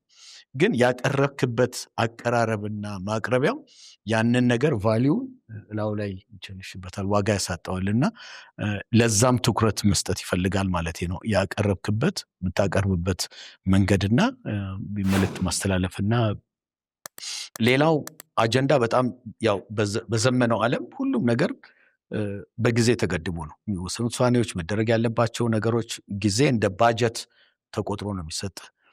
ስለዚህ ባጀት ከሆነ የተሰጠን ባጀትንም ሳጨርስ መመለስ ያስወቅሳል። እንደ ባጀት አይደለም፣ ተቋሙ አልተጠቀምክበትም። 10 ደቂቃ ሰጥተው 5 ደቂቃ ወርደህ ከሰጠኝ ያንን እድል ኦዲየንስ አቅርቤልህ 10 ደቂቃ ተናገር ብዬ እድሉን ሰጥቼ መልእክቱን እንድታስተላልፍ እድሉን ሰጥቼ በትክክል ሳትጠቀምበት መመለስ ይላል። የሌላውንም ገፍተ መቀመጥና መጨረሻ ላይ ተጎትተ መውረድም ደግሞ ሰዓት ጨረስክ ተብለህ ተወቅሰህ ሰዎችም እስኪሰለቻቸው ድረስ እንትን ብለህ ማለት አንፕሮፌሽናል የሆነ ቫሊዩን የሚያሳጣሃል። አንተ የተሰጠህን ጊዜ አክብረህ ስጠይቅ ግን በአድማጮችም በሁሉም ዘንድ ተከባሪነትም ለሰውም ያለ ሪስፔክት ያሳያልና እነኚህ ነገሮች እንግዲህ ያው አንዳንዴ አይተናቸዋል። በተባበሩት መንግስታት ጉባኤ ላይ አንዳንድ መሪዎች ሄደው ብዙ ሰዓት ሲሄዱ ሰውም እየጣለ ሲወጣም አይተናል። የሚረባም ነገር ይዘው ስለመጡ ግን ከተባላቸው ሰዓት ስላለፉ ብቻ ሁሉንም ነገር ቫሊዩ ሊያሳጣባቸው ይችላል። ምክንያቱም እነዚህ አይነት የፐርሰናሊቲ ያለና በደንብ አቴንሽን ሊወሰድ የሚገባው ነው ብያለሁ። እና የሀሳብ ድግግሞሽ ይመጣል። ቅድም እንዳልኩት እዛም የዘለቀ ነገር ያለው ነገር ይሆናል። ፍሰትን ከለመድክ እነዛ ነገሮች ውስጥን ይረብሸዋል። ይህንን ኦብዘርቭ ያደረኩት እሱ ነች። የግብረ መልሱን አስመልክቶ እንግዲህ ይሄ ኬኬኬም እንትንም የምትባለዋን የግብረ መልስ አሰጣጥ እኔ ስራ ዓለም ላይ በጣም እጠቀማለሁ። እኛ እንደውም 360 ዲግሪ ፊድባክ የምንለው አለ ሚቲንግ ላይ ስንገናኝ እና 360 ፊድባክ ማለት እያንዳንዳችን ለእያንዳንዳችን በእያንዳንዳችን እንትን ላይ ግብረ መልስ እንሰጣለን። በጣም ኮርዲያል ፎርማል በሆነ የመማሪያ ፖዚቲቭ የሆነ ፕላትፎርም እናገኝበት ነው። ግን ሁሌም ስርዓቱ በዚህ ተመልክቶ ነው what I really appreciate about you። ግን ኤሪያ ኦፍ ኢምፕሩቭመንት ደግሞ እነኚህ ክፍተቶች አሉ። ግን ደግሞ እነኚህ ነገሮች ላይ ግን ስቲል በጣም አፕሪሼት አድርጋለሁ የሚለውን ነገር ይዘን እንሄዳለን። እኛ ሀገር ግን ያለው የግብረ መልስ አሰጣጥ ሰውየው ተመልሶ ስራ እንዳይገባ ማድረግ ነው። በቃ ሊትራሊ ኮርኩም በቃ መጥቶ አንገቱን አስደፍተውት ትችት ላይ ብቻ ያጎበረ ሰውየውን ያጠፋውን ጥፋት ላይ ብቻ የሰራው ጥሩ ነገር እንደውም እኔ አንድ ቦታ ላይ አንዲት ሰልጣኝ ስትናገር እኔ ሰውየውን ግምገማ ተብሎ በኢትዮጵያ ግምገማ ካልቸር ተብሎ ግምገማ እየተደረገ ስራ አስኪያጁ ኢትዮጵያዊ ጨዋነትም ስላለን በጨዋነት ስርዓታችን ቀድሞ በለን በሲቪሊቲ ምንድነው የምናደርገው? አንድ ሰው ክፍተቱንም ለመንገድ ለመውቀስም ከጠራን መጀመሪያ መስግነን እንጀምራለን። ጥሩ ሰው ነው፣ ጨዋነት ነው። እንዲሰማም ተጀምሮ ከዛና ሴትዮዋ ጨዋ ስለሆነች ስለ ስራ ሲናገር እንዲህ ናቸው እሳቸው ጥሩ ሰው ናቸው ምናምን ብላ ወደ እንትን ከዛ ስብሰባውን የሚመራ ሰው ስነ ስርዓት ብሎ አስቆማት። ለምንድነው ሲባል ይሄ አሁን መሞከሻሻ ቦታ አይደለም፣ ይሄ ጥሩ ሰርቷል እና የሚባለውን ነገር አቁሙ፣ ለሁላችሁም ከዚህ ወዲያ ማስጠንቀቂያ ተባለ። ቀጥታ ጥፋታቸውን ብቻ የሰሩት ስራ በቃ የሰሩትን ጥፋት ብቻ ተናገሩ። ያ ምን ማለት ነው? ለሰውየው ያ ሁሉም ሰው ምንም የሰሩት ነገር መልካም ነገር ሳይነገር ጥፋት ብቻ አንድ ሰው ተነግሮ ከስብሰባ ወጣ ማለት አላማው ምንድነው? ኦብጀክቲቭ ሰውየውን አንገቱን አስደፍቶ ነገ ስራ እንዳይመጣ ወይንም መልቀቂያ ጽፎ እንዲሄድ የማድረግ ነው። አላማው ግን ግብረ መልስ ስንል ፐርፎርማንስ ኢቫሉዌሽን ፈረንጆቹም ከስዎት አናሊሲስ ነው የሚጀምሩት። ስትሬንግዝ፣ ዊክነስ፣ ኦፖርቹኒቲ እና ትሬት ማለት በቃ ጠንካራ ጎኑንም ደካማውን ኦፖርቹኒቲውን ትሬቱን አይተህ ነው ፐርፎርማንስ ኢቫሉዌት የምታደርገው። እኛ ሀገር ግን ፐርፎርማንስ ኢቫሉዌት የሚደረገው በኦፖርቹኒቲ በዊክነሱ ላይ ብቻ ያተኮረ የግምገማ ስርዓት ነበረን እና በግምገማ ያጣናቸው ሰዎች ቀላል አይደሉም። ደግሞ በነገራችን ላይ በጣም ብዙ ስራ የሚሰሩ ሰዎች ብዙ ስህተት የመስራት እድላቸው ተጋላጭነታቸው ብዙ ስለሆነ ጥፋት ይገኝባቸዋል። ስለዚህ ያልሰራ ብቻ ሰው ነው የማያጠፋው ማይሳሳተው። ደግሞ ሁሉም ደግሞ እዛ አስተያየት ስለሰጠ ብቻ ደግሞ ሰውየው ስህተተኛ ነው ሰውየውን የማያውቁበት መረጃም ስለሌላቸው ሁሉም ሰራተኛ ስህተት ብሎ የሚነግርህ ስህተትም ላይሆን ይችላል እኮ በእነሱ አስተያየት ስህተት ስለሆነ ነው እንጂ ማታ አምሽቶ ነው የሚሰሩት። መብራት እንትን ብለው እንደዚህ ያቃጥላሉ፣ ለምን ቀን ስራቸውን አይሰሩም፣ ለምን ያመሻሉ ብሎ ሊተችም ይችላል። ያንን ትችት ሁሉ መልስ መስጠትም ኤክስፕሌን ማድረግም አይገባብም። ወይ የስልክ ሂሳባቸው ከአቅም በላይ ነው፣ ለስልክ ውጭ ሀገር ስልክ ይደውላል፣ በምን ጉዳይ እንደምትናገር ላያውቁ ይችላል። ስለዚህ ፋይናንሱ የስልክ ወጫቸው በጣም ኃይለኛ ብዙ ነው የሚጨርሱት ምናምን ይላሉ። ወይንም ደግሞ በስራ ሰዓት ጠዋት 4 ሰዓት 3 ሰዓት 2 ሰዓት ላይ ገብተው 4 ሰዓት ስራቸው ላይ ያሉ ተነስተው ይሄዳሉ ይላል። ያንንም ክስ አድርጎ ሊያቀርበው ይችላል። እንደ ስራ ላይ አይገኙም ብዙ ጊዜ ይባላል። ግን የት ፕራይም ሚኒስትሩ ቢሮ ምናምን ስብሰባ እየተጠሩ ሊሆን ይችላል። ውጭ ትራቨል የሚያደርጉ ለስራ ሊሆን ይችላል።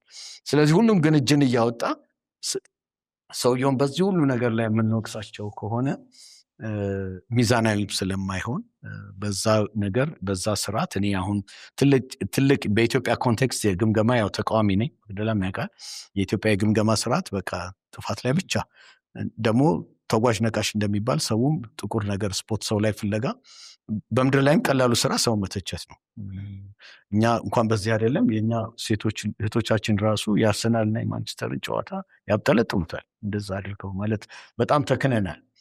ጨዋታውን አንችለውም፣ መስራቱን አንችለውም። ግን አቃቂር ማውጣት የምትለው አፓርት ላይ ግን በጣም ሰው በጣም ራሱን አሳድጓል ብዙ ላይ እና መተቸት የሚለው ነገር ተቾች ሆነን ሳናቀው አድናቂዎች ከመሆን ይልቅ ተቾች ነን እና በጣም ጥሩ የሰራን ሰው ግን ሄደን በጣም ትልቅ ስራ ሰርታል አደንቅሃለሁ አይ ሪሊ አፕሪሺየት ማለትን ግን ረስተነዋል። ተራራ ይሆንብናል። ያንን ለማለት በጣም የሰራው ስራ ነው ማለትን ረስተነዋል። ያ ግን ለሰውየው ምን ያህል ሊጠቅመው እንደሚችል አልተረዳንም። ሰውየውን ግን ስንጠፋው ብቻ መስሪያ ቤት ውስጥ ገብተህ ተቋም ውስጥ እኮ አንድ ሰራተኛ አለቃ ይፈልጋል በአስቸኳይ ወደ ቢሮ ተጠርተሃል ከተባለ ሰው ሁሉ የሚጠይቀው ኮሪዶር ምን አጥፍተህ ነው ይባል። ለአድናቆት አትጠራም። የምትጠራው የሆነ ምን አጥፍተህ ነው አለቃ እንደገባ ቢሮ ፈልገዋለሁ ባሉ ከተፈለግ ባለቆች ከተፈለግ የሆነ ጥፋት ጥሩ ስራ ከሰራ አትፈለግም። ዞር ብሎ የሚያይም የለም አያስታውስም። ግን ይሁን የነበረው ለአንተ ይጠቅምህ የነበረው ጥሩ የሰራህበትን ነገር በደንብ ፊድባክ ተሰጥቶ አንተም ተቀባይነቱን አውቀህ የበለጠ አጠናክረህ እንድትሰራ የማድረጉ ነገር ላይ ትሰራ ነበርና እነኚህ አሁን የምትላቸው ባህል ሳናቀው ወደ ክሪቲክስ we became a nation of critics ተቺዎች፣ አቃቂር አውጪዎች ምናምን ሆነናል። ያ ግን በሌላው ዓለም ለሰውም ለስራችንም ጠቃሚ ነው አላገኘሁትም እና ግብረ መልሳችን ይሄ ችግር አለበት። ችግር ላይ ብቻ ጥፋት ላይ ብቻ ያተኮረ መሆኑ ማለት ነው፣ በሚዛን አለመሆኑ። ምናልባት ከቶስት ማስተር ለፕሮቶኮልም ከሚጠቅሙ ነገሮች መካከል ምናልባት መስፍኔ ካላነሳቸው ብዬ የማስበው በቶስት ማስተር ቆይታ ውስጥ እያንዳንዱ ሰው ሚና አለው። ወይ የክለብ ፕሬዚደንት የሆነ የክለቡ የትምህርት ክፍል ኃላፊ ሊሆን ይችላል፣ ህዝብ ግንኙነት ሊሆን ይችላል፣ አባላት ምልመላ ሊሆን ይችላል፣ ወይም ሰርጀንት አት አርምስ የምንለው እንግዲህ ጥሩ አማርኛ እንግዲህ አጋፋሪ። እነኚህ ሚናዎች በቶስት ማስተር ብቻ ተመጥነው የሚቀሩ አይደለም። ሁሉም ሰው ስራው ላይ ስብሰባ ይመራል። ስብሰባ ምራ ነው እንጂ የሚባለው እንዴት እንደሚመራ አልተማረም። እኔ በእርግጠኝነት የራሴን ተሞክሮ በነግራችሁ ዩኒቨርሲቲን በተማርኩበት ኮሌጅን በነበርኩበት ጊዜ ስለ የሊደርሺፕ የማኔጅመንት ኮርሶች ወስደናል። ሚቲንግ እንዴት ነው ሊድ የሚያደርገው፣ አጀንዳ እንዴት ነው የሚያዘው፣ የሰዎችን ሀሳብ እንዴት ነው ሞዴሬት የምናደርገው የሚለውን አልተማርንም። ቶስት ማስተር ግን እየሰራን እየተገበርን እንድንማር እድሉን ይፈጥርልናል። አንደኛው የክለቡ ቦርድ ወይም ኤክስኪዩቲቭ ቲም ትሆናለህ፣ ስራ አስፈጻሚ ማለት ነው።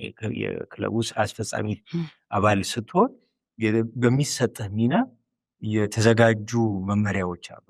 ፕሬዚዳንት ማለት ይሄን ያደርጋል፣ ይሄን ሲያደርግ እንደዚህ ነገሮች አሉት። ስለዚህ ሜንቶር አለው። ፕሬዚዳንት ስለሆነ ሁሉን ያውቃል ማለት አይደለም፣ እየተማረ ነው እሱ።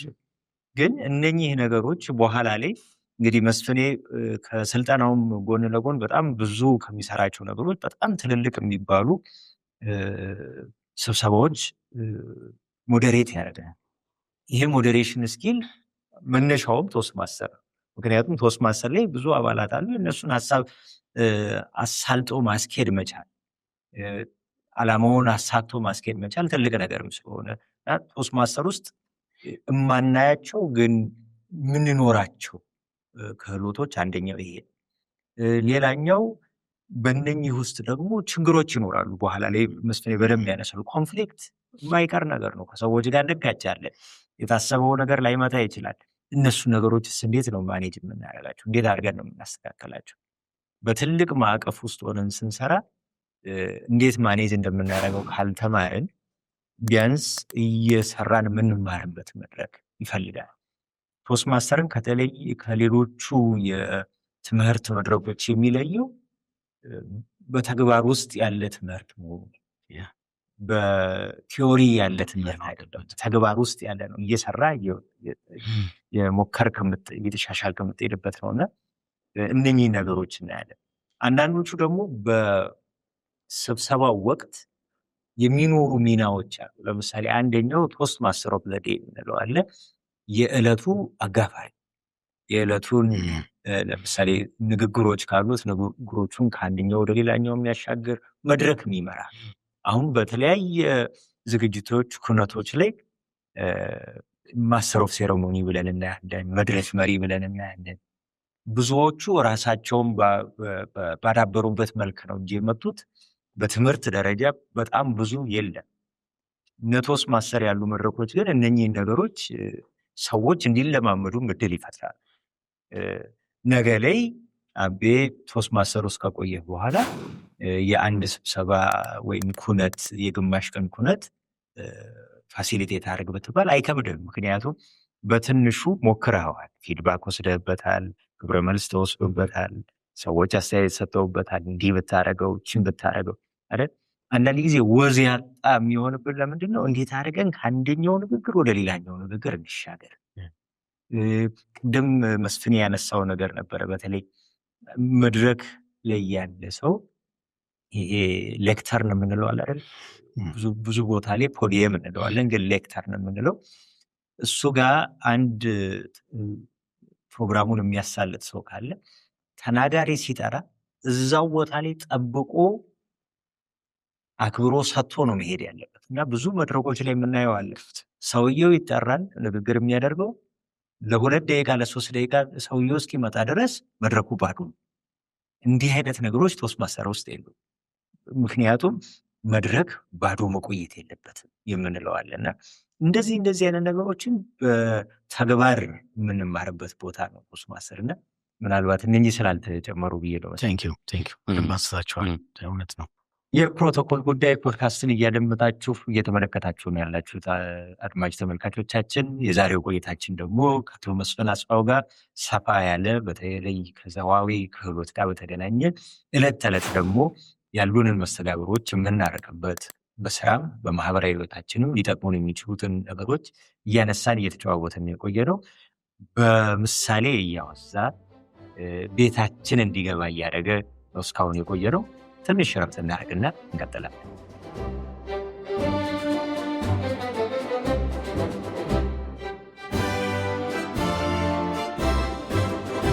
የፕሮቶኮል ጉዳይ